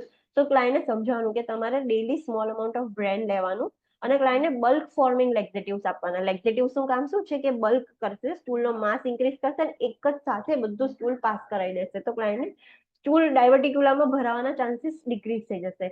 Instruct on the importance of avoiding the use of laxatives and enemas unless prescribed. ક્લાયન્ટને એવું નહીં કહેવાનું કે જાતે જ લેક્ઝેટિવ્સ ને એનિમાસ લઈ લેવાના. ના, જ્યાં સુધી ડોક્ટરે પ્રિસ્ક્રાઇબ ના કર્યું હોય ત્યાં સુધી લેક્ઝેટિવ્સ ને એનિમા નહીં લેવાના. ડોક્ટર પ્રિસ્ક્રાઇબ કરે તો જ લેવાના. બીકોઝ એમાં ચાન્સીસ છે, અગર તમારે ઇન્ટેસ્ટાઇનને રેસ્ટ પ્રોવાઈડ કરવાનું હોય તો તમારે એનિમલ લેક્ઝેટિવ નથી આપવાના.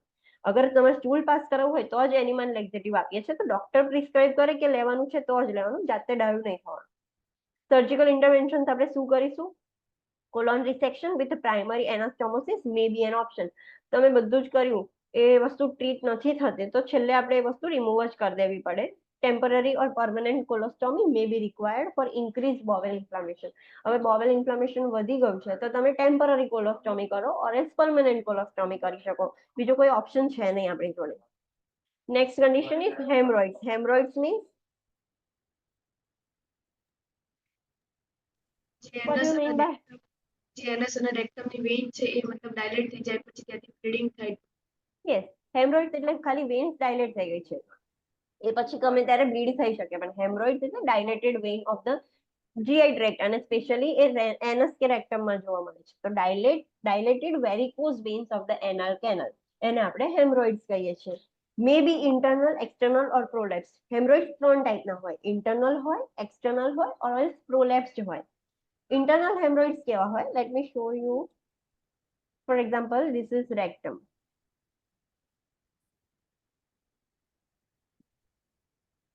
આ જે એનલ કેનલ છે રેક્ટમનું એનલ કેનલ છે. તો જે ઇન્ટરનલ હેમરોઇડ છે lie above the anal sphincter and can not be seen on inspection of peri anal area. હવે જે એનલ સ્પિન્ચર છે એની ઉપર હશે, આ જે વેન્સ છે આમ કરીને આમ ડાયલેટ થઈને બહાર આવી ગયા હશે, પણ એ એનલ સ્પિન્ચર થી ઉપર હશે. જ્યારે તમે પેરી એનલ એરિયાનું ઇન્સ્પેક્શન કરશો, ખાલી જે બહારનું જે એનલ ઓપનિંગ છે જે બહારની સાઈડથી, તો તમને દેખાશે નહીં, તમે જોઈ જ નહીં શકો કે ઓકે અંદર હેમરોઇડ્સ છે. External hemorrhoids lies below the anal sphincter and can be seen on inspection. અને જે external hemorrhoids છે એ anal sphincter થી બહાર હશે, anal sphincter થી નીચે હશે, તો તમને દેખાશે ખરી કે તમે જેવું ઇન્સ્પેક્શન કરશો, આમાં તમે ફિંગર નાખીને પાલ્પેશન કરશો તો તમને ખબર પડશે, પણ તમે જોઈ નહીં શકો, ઇન્સ્પેક્ટ નહીં કરી શકો. એટલે ઇન્ટરનલ હેમરોઇડ્સ તમે જોઈ ના શકો, એક્સટર્નલ હેમરોઇડ્સ તમને દેખાય ખરા, તમે ડાયરેક્ટલી ઇન્સ્પેક્ટ કરો તો તમે જોઈ શકો. એન્ડ પ્રોલેપ્સ હેમરોઇડ્સ કેન બીકમ થ્રોમ્બોસ ઓર ઇન્ફ્લામ. અને પ્રોલેપ્સ તો કેવી હોય ખબર છે, છેક એનલ ઓપનિંગ હોય ને એની બી બહાર આવી ગઈ હોય, એને પ્રોલેપ્સ કહેવાય. એટલે 3 ટાઈપ હોય according to there location. Prolapse એકદમ બહાર જ આવી ગઈ હોય, એક્સટર્નલ એનલ સ્પિન્ચર થી નીચે હોય અને ઇન્ટરનલ એનલ સ્પિન્ચર થી ઉપર હોય, જે આપણે જોઈ ના શકીએ. પ્રોલેપ્સ હેમરોઇડ્સ કેન બીકમ થ્રોમ્બોસ ઓર ઇન્ફ્લામ. હવે જે પ્રોલેપ્સ થઈ ગઈ છે એ થ્રોમ્બોસ થઈ જશે, એટલે એકદમ હાર્ડ થઈ જશે અને ઇન્ફ્લામ થઈ જશે, કે જે ઓલરેડી બહાર આવી ગયા છે. Hemorrhoids are caused by portal hypertension, straining, irritation or increased venous or abdominal pressure. આપણને ખબર છે પોર્ટલ હાઇપરટેન્શન ઇન્ક્રીઝ થાય તો આખા જીઆઈ સિસ્ટમની વેન્સ ડાયલેટેડ થઈ જાય. તો જો ક્લાયન્ટને પોર્ટલ હાઇપરટેન્શન થયું હોય તો એના લીધે બી હેમરોઇડ્સ થઈ શકે. હેમરોઇડ્સ એટલે ડાયલેટેશન ઓફ વેન્સ જ છે. તો પોર્ટલ હાઇપરટેન્શનના લીધે થઈ શકે. ક્લાયન્ટ સ્ટ્રેન કરતું હોય, ક્લાયન્ટ કોન્સ્ટિપેટેડ રહેતું હોય વધારે અને એને સ્ટૂલ પાસ કરવા માટે બહુ જોર લગાવવું પડતું હોય તો બી વેન્સ ડાયલેટ થઈ જાય. ક્લાયન્ટને ઇરિટેશન થયું હોય ત્યાં આગળ તો પણ થઈ શકે છે. ક્લાયન્ટનું વિનસ રિટર્ન ઇન્ક્રીઝ થઈ ગયું હોય કાં તો ઇન્ટ્રા એબ્ડોમિનલ પ્રેશર ઇન્ક્રીઝ થઈ ગયું હોય કોઈ ટ્યુમરના લીધે કે કોઈ બી રીઝનના લીધે, તો ક્લાયન્ટને હેમરોઇડ્સ થઈ જશે. હવે જે બી ક્લાયન્ટને હેમરોઇડ્સ હશે તો તમે એમાં શું અસેસ કરશો, તો bright red bleeding with defecation. Client જેવું ડેફિકેટ કરશે, સ્ટૂલ પાસ કરશે, તો ક્લાયન્ટને બ્રાઇટ રેડ બ્લીડિંગ થશે, કારણ કે હેમરોઇડ્સ છે એટલે ઇન્જરી કરીને એ સ્ટૂલ પાસ થશે. ક્લાયન્ટને રેક્ટલ પેઇન થશે, ક્લાયન્ટ બેસી પણ નહીં શકે, આમ એને એટલું બધું પેઇન થતું હોય હેમરોઇડ્સમાં, તો રેક્ટલ પેઇન થયા કરે, રેક્ટલ ઇચિંગ થયા કરશે ક્લાયન્ટને.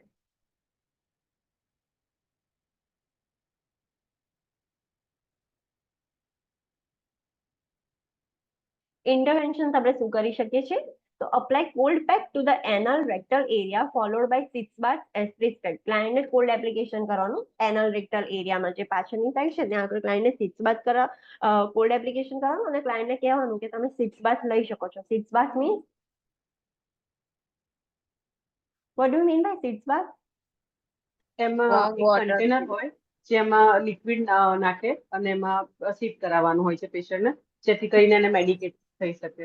યસ, ક્લાયન્ટને વોર્મ વોટર મતલબ ટબ હોય જેમાં વોર્મ વોટર આપણે ફિલ કરીએ અને એમાં કોઈ બી એન્ટીસેપ્ટિક સોલ્યુશન નાખી દઈએ તો ક્લાયન્ટ, અને એમાં ક્લાયન્ટને બેસે તો ક્લાયન્ટને રિલીફ ફીલ થશે, કમ્ફર્ટ ફીલ થશે. Apply witch hazel soaks and topical anaesthetics as prescribed. Witch hazel soaks એક કાઇન્ડ ઓફ શું કહેવાય ઓઇલ કે લોશન દવા છે, તો એ દવા લગાવી શકીએ છીએ ડાયરેક્ટલી એન પર, કાં તો ટોપિકલ એનેસ્થેટિક. ટોપિકલ એનેસ્થેટિક એટલે કયા કેવા એનેસ્થેટિક જે આપણે રેગ્યુલરલી યુઝ કરીએ છીએ હોસ્પિટલ સાઈડમાં, Lignocaine. લિગ્નોકેન ને એવું બધું, તો આપણે એ પણ લગાવી શકીએ છીએ. તેનાથી શું થશે, ક્લાયન્ટને પેઇન નહીં થાય, એનેસ્થેટિક લગાવી દઈશું એટલે. Encourage high fibre diet and fluid to promote bowel movement without straining. ક્લાયન્ટને કોન્સ્ટિપેશન થતું હોય ત્યારે જ એ સ્ટ્રેનિંગ કરતું હોય તો ક્લાયન્ટને હાઈ ફાઈબર ડાયટ આપવાનું અને ફ્લુઇડ વધારે આપવાનું, તેનાથી બોવેલ મુવમેન્ટ ફટાફટ પ્રમોટ થઈ જશે અને સ્ટૂલ ફટાફટ પાસ થઈ જશે, ક્લાયન્ટને સ્ટ્રેન ના કરવું પડે. Administer stool softeners as prescribed. Stool softeners આપવાના કે એને સ્ટ્રેન ના કરવું પડે, ઇઝીલી પાસ થઈ શકે. Encourage the client to drink plenty of water unless contraindicated. ક્લાયન્ટને સમજાવવાનું, એન્કરેજ કરવાનું કે તમારે પાણી વધારે પીવાનું, જો કોન્ટ્રાઇન્ડિકેટેડ ના હોય તો પાણી વધારે પીવો. Encourage regular exercise, maintenance of healthy weight and diet high in fibre and fluids to promote regular bowel movement without straining. ક્લાયન્ટને સમજાવવાનું કે તમારે રેગ્યુલરલી એક્સરસાઇઝ કરતું રહેવાનું, હેલ્ધી વેટ મેન્ટેન કરવાનું. ઓબેસ થઈ જશે ક્લાયન્ટ તો એને બી આ બધા હેમરેજ થવાના ચાન્સીસ વધી જાય, તો ક્લાયન્ટને સમજાવવાનું કે હેલ્ધી વેટ મેન્ટેન કરવાનું, હાઈ ફાઈબર ડાયટ લેવાનું, હાઈ ફ્લુઇડ કન્ઝ્યુમ કરવાનું. એના લીધે શું થશે કે તમારી બોવેલ મુવમેન્ટ એકદમ રેગ્યુલર થઈ જશે અને તમારે સ્ટ્રેનિંગ નહીં કરવું પડે. સર્જિકલ ઇન્ટરવેન્શન શું કરી શકીએ છીએ આપણે, તો મે ઇન્ક્લુડ અલ્ટ્રાસાઉન્ડ, સ્ક્લેરોથેરાપી અલ્ટ્રાસાઉન્ડ નો યુઝ કરીને એટલે યુએસજી નો યુઝ કરીને સ્ક્લેરોથેરાપી કરે. સ્ક્લેરોથેરાપી શું કરતું હતું? સ્ક્લેરોથેરાપીમાં શું હોય? જ્યાં મતલબ અલ્સર કે ઇન્ફ્લેમેશન થયું હોય ત્યાં ઇન્જેક્શન એક ઇન્જેક્ટેડ કરો. Yes. એ વેઇન છે ત્યાં આગળ ઇન્જેક્ટ કરશે એક મેડિકેશન, એ સ્ક્લેરોથેરાપિક એજન્ટ આપશે, તો એના લીધે એ વેઇન છે મતલબ એ બર્ન આઉટ થઈ જશે, અને જે ડાયલેટ થઈને ડાયલેટ થઈ છે પાછી નોર્મલ થઈ જશે. તો સ્ક્લેરોથેરાપી કરી શકે છે. યુએસજી ગાઈડેડ હોય, ડાયરેક્ટ આપણે જોઈ નથી શકવાનું, એટલે યુએસજી થ્રુ આપણે એને સ્ક્લેરોથેરાપી કરવાની. સર્ક્યુલર સ્ટેપલિંગ કરવાનું, સ્ટેપલ કરી દેવાની એ વેઇન્સને. બેન્ડ લાઇગેશન એટલે રબર રિંગ ચડાવીને લાઇગેટ કરી દે એ વેઇનને. ઓર એ સિમ્પલ રિસેક્શન ઓફ હેમરોઇડ્સ, કાં તો એ હેમરોઇડ્સને રિસેક્ટ કરી દે. એ સર્જરીને આપણે કહીએ છીએ હેમરોઇડેક્ટોમી. પોસ્ટ ઓપરેટિવ ઇન્ટરવેન્શન્સ આપણે શું ધ્યાન રાખવાની? સર્જિકલ આપણે જોઈ લીધું કે સર્જરી આટલી આટલી થઈ શકે છે. તો following હેમરોઇડેક્ટોમી assist the client assist the client in a prone or sideline position to prevent bleeding. ક્લાયન્ટને હેમરોઇડેક્ટોમી કરવી હોય તો સુપાઇન પોઝિશન નહીં આપવાની. ક્લાયન્ટને કહેવાનું કે સાઇડલાઇન પોઝિશનમાં સુઈ રહો, ગમે તે લેફ્ટ ઓર રાઈટ ડિપેન્ડ્સ કે તમને જે બી કમ્ફર્ટેબલ હોય, ઓર એલ્સ પ્રોન પોઝિશનમાં એટલે કે ઊંધા સુઈ જવાનું. સુપાઇન પોઝિશન નહીં આપવાની two prevent bleeding.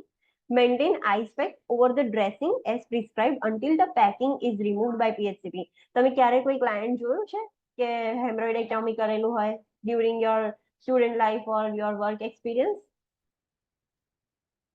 Yes ma'am.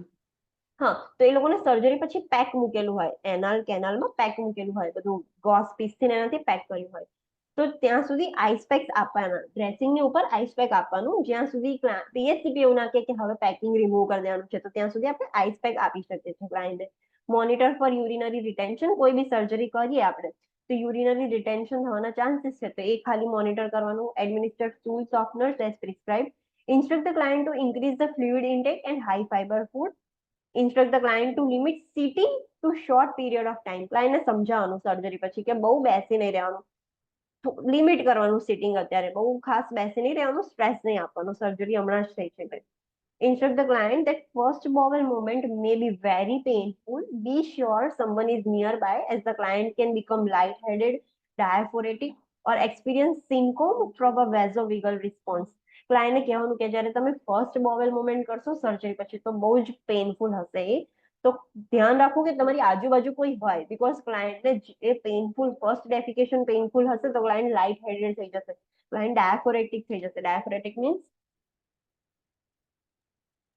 Excessive respiration મતલબ એને સ્વેટિંગ. હા, એકદમ પરસેવો પરસેવો થઈ જશે, ક્લાયન્ટ એક્સેસિવ સ્વેટિંગ થઈ જશે. અને સિન્કોપ બી ક્લાયન્ટ એક્સપિરિયન્સ કરે. સિન્કોપ મીન્સ પેઇન્ટિંગ જેવું છે. ચક્કર જેવું આવી જશે, ક્લાયન્ટને ફેન્ટ થઈ જશે. કેમ સિન્કોપ થશે? From vasovagal response. Vasovagal response શું છે? એ એના સ્ટિમ્યુલન્સ થશે વેગસ નો, એના કારણે હાર્ટ રેટ ને બ્લડ પ્રેશર ડ્રોપ થશે. ડ્રોપ થઈ જશે. યસ, તો વેઝોવેગલ રિસ્પોન્સના લીધે ક્લાયન્ટ સિન્કોપ એક્સપિરિયન્સ કરશે. તો ક્લાયન્ટને સમજવાનું કે આ બધું થઈ શકે છે, તો તમારી જોડે કોઈક હોય જે તમને હેલ્પ કરી શકે. Instruct the client to use in the use of sitz bath 3 or 4 times a day as prescribed. ક્લાયન્ટને સમજાવવાનું કે તમારે દિવસમાં 3 થી 4 વખત જે પ્રમાણે પીએચસીપી પ્રિસ્ક્રાઇબ કર્યું એ પ્રમાણે સિટ્સ બાથ લેવાનું.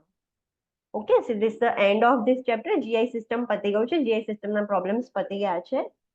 Do we have time? નવી સિસ્ટમ ચાલુ કરવી છે. Let's do first of all revision કે આજે આપણે શું જોયું, then we will decide. Okay, so we have seen ulcerative colitis. Ulcerative colitis means કોલોનમાં અલ્સર થઈ જાય અને પછી ઇન્ફોલન યસ, કોલોન ઇન્ફ્લામ થઈ ગયું છે અને એમાં અલ્સર્સ બી થઈ ગયા છે, તેને અલ્સરેટિવ કોલાઇટિસ કહીએ છીએ. એ એક્યુટ બી હોઈ શકે, ક્રોનિક બી હોઈ શકે છે. એનું અસેસમેન્ટ આપણે જોયું, એના ઇન્ટરવેન્શન જોયા. લાસ્ટમાં આપણે મેડિકલી એને મેનેજ નથી કરી શકતા તો જ લાસ્ટ શોર્ટમાં આપણે એને સર્જિકલી ટ્રીટ કરીશું. સર્જિકલી આપણે એની બે મેથડ જોઈ, આરપીસી આઈપીડબલએ. આરપીસી આઈપીડબલએ માં શું થશે? શું કરવામાં આવે છે? ખાલી સર્જરીમાં શું થાય મને લેટ મી નો. ઇલિયમને જે રેક્ટમ હોય છે તે ત્યાં સુધી ડિસેક્ટ કરીને પાઉચ બનાવવામાં આવે છે, ઇલિયમ પાઉચ. અને એમાં સ્ટમક ઉપર એક ઓપનિંગ આપવામાં આવે છે જેથી કરીને ઇલિયમ પાઉચ રિકવર થઈ જાય. ધેન એ રિકવર થઈ જાય પછી ઓપન આપણે ક્લોઝ કરી શકીએ છીએ. યસ, રેક્ટમ અને આખું કોલોન રિમૂવ કરવામાં આવે છે ને ઇલિયમનું ટેમ્પરરી એક પાઉચ ક્રિએટ કરવામાં આવે છે જે એનાલ સ્પિન્ચર જોડે કનેક્ટ કરી દેવામાં આવે છે ને પેશન્ટ ત્યાંથી જ ફૂલ પાસ કરશે. પણ જ્યાં સુધી એ હીલ ના થઈ જાય ત્યાં સુધી એક ટેમ્પરરી આપણે ઇલિયોસ્ટોમી ઓપનિંગ કરેલું છે. અગર એ હીલ થઈ જશે 1 to 2 months પછી હીલ થઈ જાય પછી આપણે એને ક્લોઝ કરી દઈએ છીએ સ્ટોમીને. Next surgery was total proctocolectomy with permanent ileostomy. એમાં શું કરવામાં આવે? રેક્ટમ Center colon જે ને remove પેલા રેક્ટમ એનસ એ બધાને રિમૂવ કરવાનું બટ એમાં પરમનન્ટ ઇલિયોસ્ટોમી કરી. યસ, રેક્ટમ, એનલ સ્પિન્ચર, એનસ, કોલોન બધું જ રિમૂવ કરી દેવામાં આવે અને એ જે ઇલિયમ છે એને પરમનન્ટલી આપણે ઓપનિંગ ક્રિએટ કરી દઈએ છીએ, ઇલિયોસ્ટોમી કરી દઈએ છીએ. આપણે પ્રી ઓપરેટિવ ઇન્ટરવેન્શન્સ જોયા, પોસ્ટ ઓપરેટિવ ઇન્ટરવેન્શન્સ જોયા અને હા, સ્ટોમા ક્રિએટ કર્યું હોય ત્યારે આપણે સ્ટોમાનો કલર ખાસ ધ્યાન રાખવાનું. There are 3 colours. એમાંથી નોર્મલ રેડ અને પિંક કલરનું હોય એનો મતલબ કે સ્ટોમા હેલ્ધી છે. પેલ થઈ જાય કે બ્લુ થઈ જાય, બ્લુ વાળું જે ડાર્ક પર્પલ છે એ તો નેક્રોસિસ થઈ જશે. તો બ્લુ જેવું થાય એવું તરત જ PHCP ને ઇન્ફોર્મ કરવાનું, એ એબનોર્મલ છે. તો એ ખાસ ધ્યાન રાખવાનું આપણે. Next we have scene Crohn's disease. Crohn's disease A kind of એવું બી આપણે કહી શકીએ કે જેનેટિક કન્ડિશન છે કે એમાં ઇન્ટેસ્ટાઇન છે એ થીક થઈ જશે, સ્કાર થઈ જશે, નેરો થઈ જશે, લ્યુમેન, ફિસ્ટ્યુલા થશે, અલ્સરેશન થશે, એબ્સેસ થશે, આ બધું જ એમાં પ્રોબ્લેમ થઈ શકે છે. અને એનું આપણે અસેસમેન્ટ જોયું, ઇન્ટરવેન્શન્સ જોયા. ઇન્ટરવેન્શન્સ અલ્સરેટિવ કોલાઇટિસ જેવા જ છે. આપણે જ્યાં સુધી પોસિબલ થાય ત્યાં સુધી એને મેનેજ કરવાનું, ડાયરેક્ટલી સર્જરી નહીં કરવાની. બીકોઝ તમે સર્જરી કરીને કાઢશો તો ચાન્સીસ છે કે બીજી જગ્યાએ એનું એ ઓપન થશે. તો બેટર છે કે જો નોર્મલી મેનેજ થતું હોય તો ત્યાં સુધી પહેલા એવી રીતે જ કરવાનું. Next we have seen appendicitis. Appendicitis means inflammation of the appendix. Inflammation of the appendix. એનું આપણે અસેસમેન્ટ જોયું. કયા એરિયામાં પેઇન થશે? Likewise, point. Yes, McBurney's point. અને મેકબર્નીસ પોઈન્ટની એક્ઝેક્ટ લોકેશન શું છે? Ilium spine થી 1/3 portion. એન્ડ ફ્રોમ નેવલ થી 2/3. 2.3 portion. 2/3 પોર્શન. 2/3. યસ, જે મેકબર્નીસ છે એ 1/3 from the iliac spine or 2/3 from the navel. એનું મેકબર્નીસનું એક્ઝેક્ટ લોકેશન છે. જે એન્ટિરિયર સુપિરિયર ઇલિયાક સ્પાઇન છે એનાથી 1/3 અને નેવલ થી 2/3. આપણે એનું અસેસમેન્ટ જોયું. એપેન્ડેક્ટોમી એનો લાસ્ટ શોર્ટ છે. આપણે એને મેડિકલી મેનેજ નથી કરતા. We can not medically manage the appendicitis. તો આપણે ડાયરેક્ટલી એપેન્ડેક્ટોમી જ કરવી પડે. પ્રી ઓપરેટિવ ઇન્ટરવેન્શન્સ આપણે જોયા, પોસ્ટ ઓપરેટિવ ઇન્ટરવેન્શન્સ જોયા. એમાં કઈ વસ્તુ ખાસ ધ્યાન રાખવાની? અગર ક્લાયન્ટ નું પેન ખાસ ચેક કરવાનું. ક્લાયન્ટ એવું કે મને પેન જતું રહ્યું છે એનો મતલબ કે એ લાઈફ થ્રેટનિંગ સિચ્યુએશન છે, ઇમરજન્સી સિચ્યુએશન છે, ક્લાયન્ટનું એપેન્ડિક્સ રપ્ચર થઈ ગયું છે, તે આપણે ખાસ ધ્યાન રાખવાની. અને બીજું આપણે શું ધ્યાન રાખવાનું? ક્લાયન્ટને શું અપ્લાય નહીં કરવા દેવાનું? Heat application. Heat application. Heat apply કરશે તો શું થશે? Rupture થવાના chances. Rupture થઈ રપ્ચર થઈ શકે. જશે. યસ, એપેન્ડિક્સ Like રપ્ચર થઈ threatening જશે. position. Yes, life threatening situation આવી જશે. રપ્ચર થશે તો પેરિટોનાઇટિસ થશે. પેરિટોનાઇટિસ થશે તો શું થશે? સેપ્સિસ થઈ જશે. અને સેપ્સિસ થશે તો Septic shock. Septic shock. Septic shock. અને શોક એ લાઈફ થ્રેટનિંગ સિચ્યુએશન કહેવાય, કોઈ બી શોક હોય. Next condition diverticulosis and diverticulitis. Diverticulosis એટલે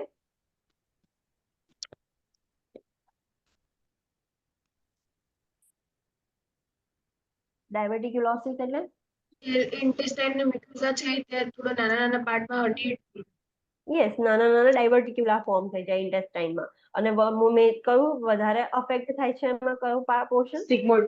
સિગ્મોઇડ Sigmoid પોર્શન. column. હવે ડાયવર્ટિક્યુલાની અંદર સ્ટૂલ, ફીસીસ ભરાઈ જાય કે કશું બી ફૂડ પાર્ટિકલ ભરાઈ જાય અને એના લીધે ઇન્ફ્લામ થઈ જાય તો શું થાય? Diverticulitis. ડાયવર્ટિક્યુલાઇટિસ થઈ જાય. યસ, આપણે એનું અસેસમેન્ટ જોયું, ઇન્ટરવેન્શન્સ જોયા. એનું સર્જિકલ ઇન્ટરવેન્શન કે આપણે મેડિકલી એને મેનેજ નથી કરી શકતા તો એટલો પોર્શન રિમૂવ કરી દેવામાં આવે. Next we have seen haemorrhoids. Haemorrhoids એટલે Dilated vein. Yes, dilated veins આપણે હેમરોઇડ્સ કહીએ છીએ, જે રેક્ટમમાં થયું છે. પણ સ્પેસિફિકલી એના કેટલા ટાઇપ્સ હોય હેમરોઇડ્સના? 3 C. કયા?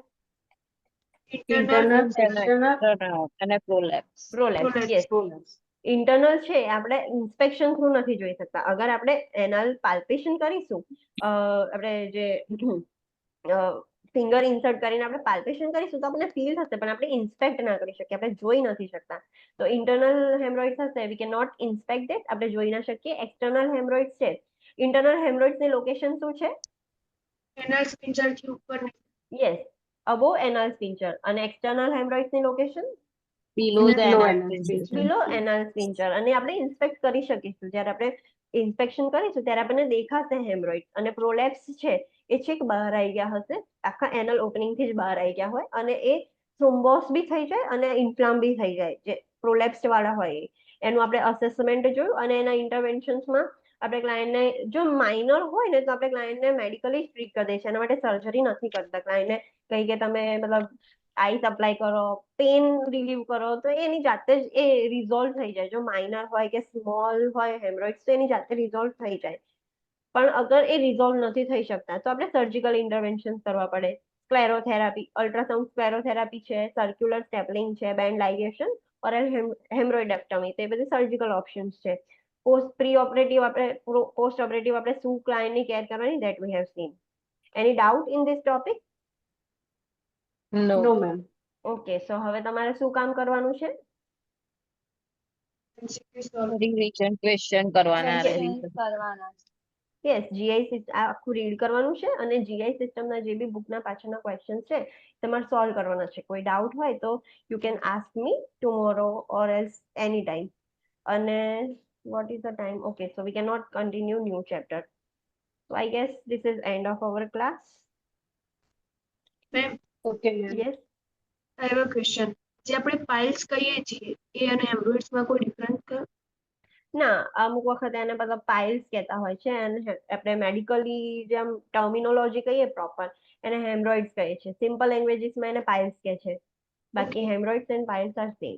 કેમ કે જનરલી પૂછીએ તો એમ જ કે પાઇલ્સ છે એમ, એટલે પૂછીએ. હા, એટલે એ શું કહેવાય, પેલું kind of what can I say, heart attack and cardiac arrest both are same.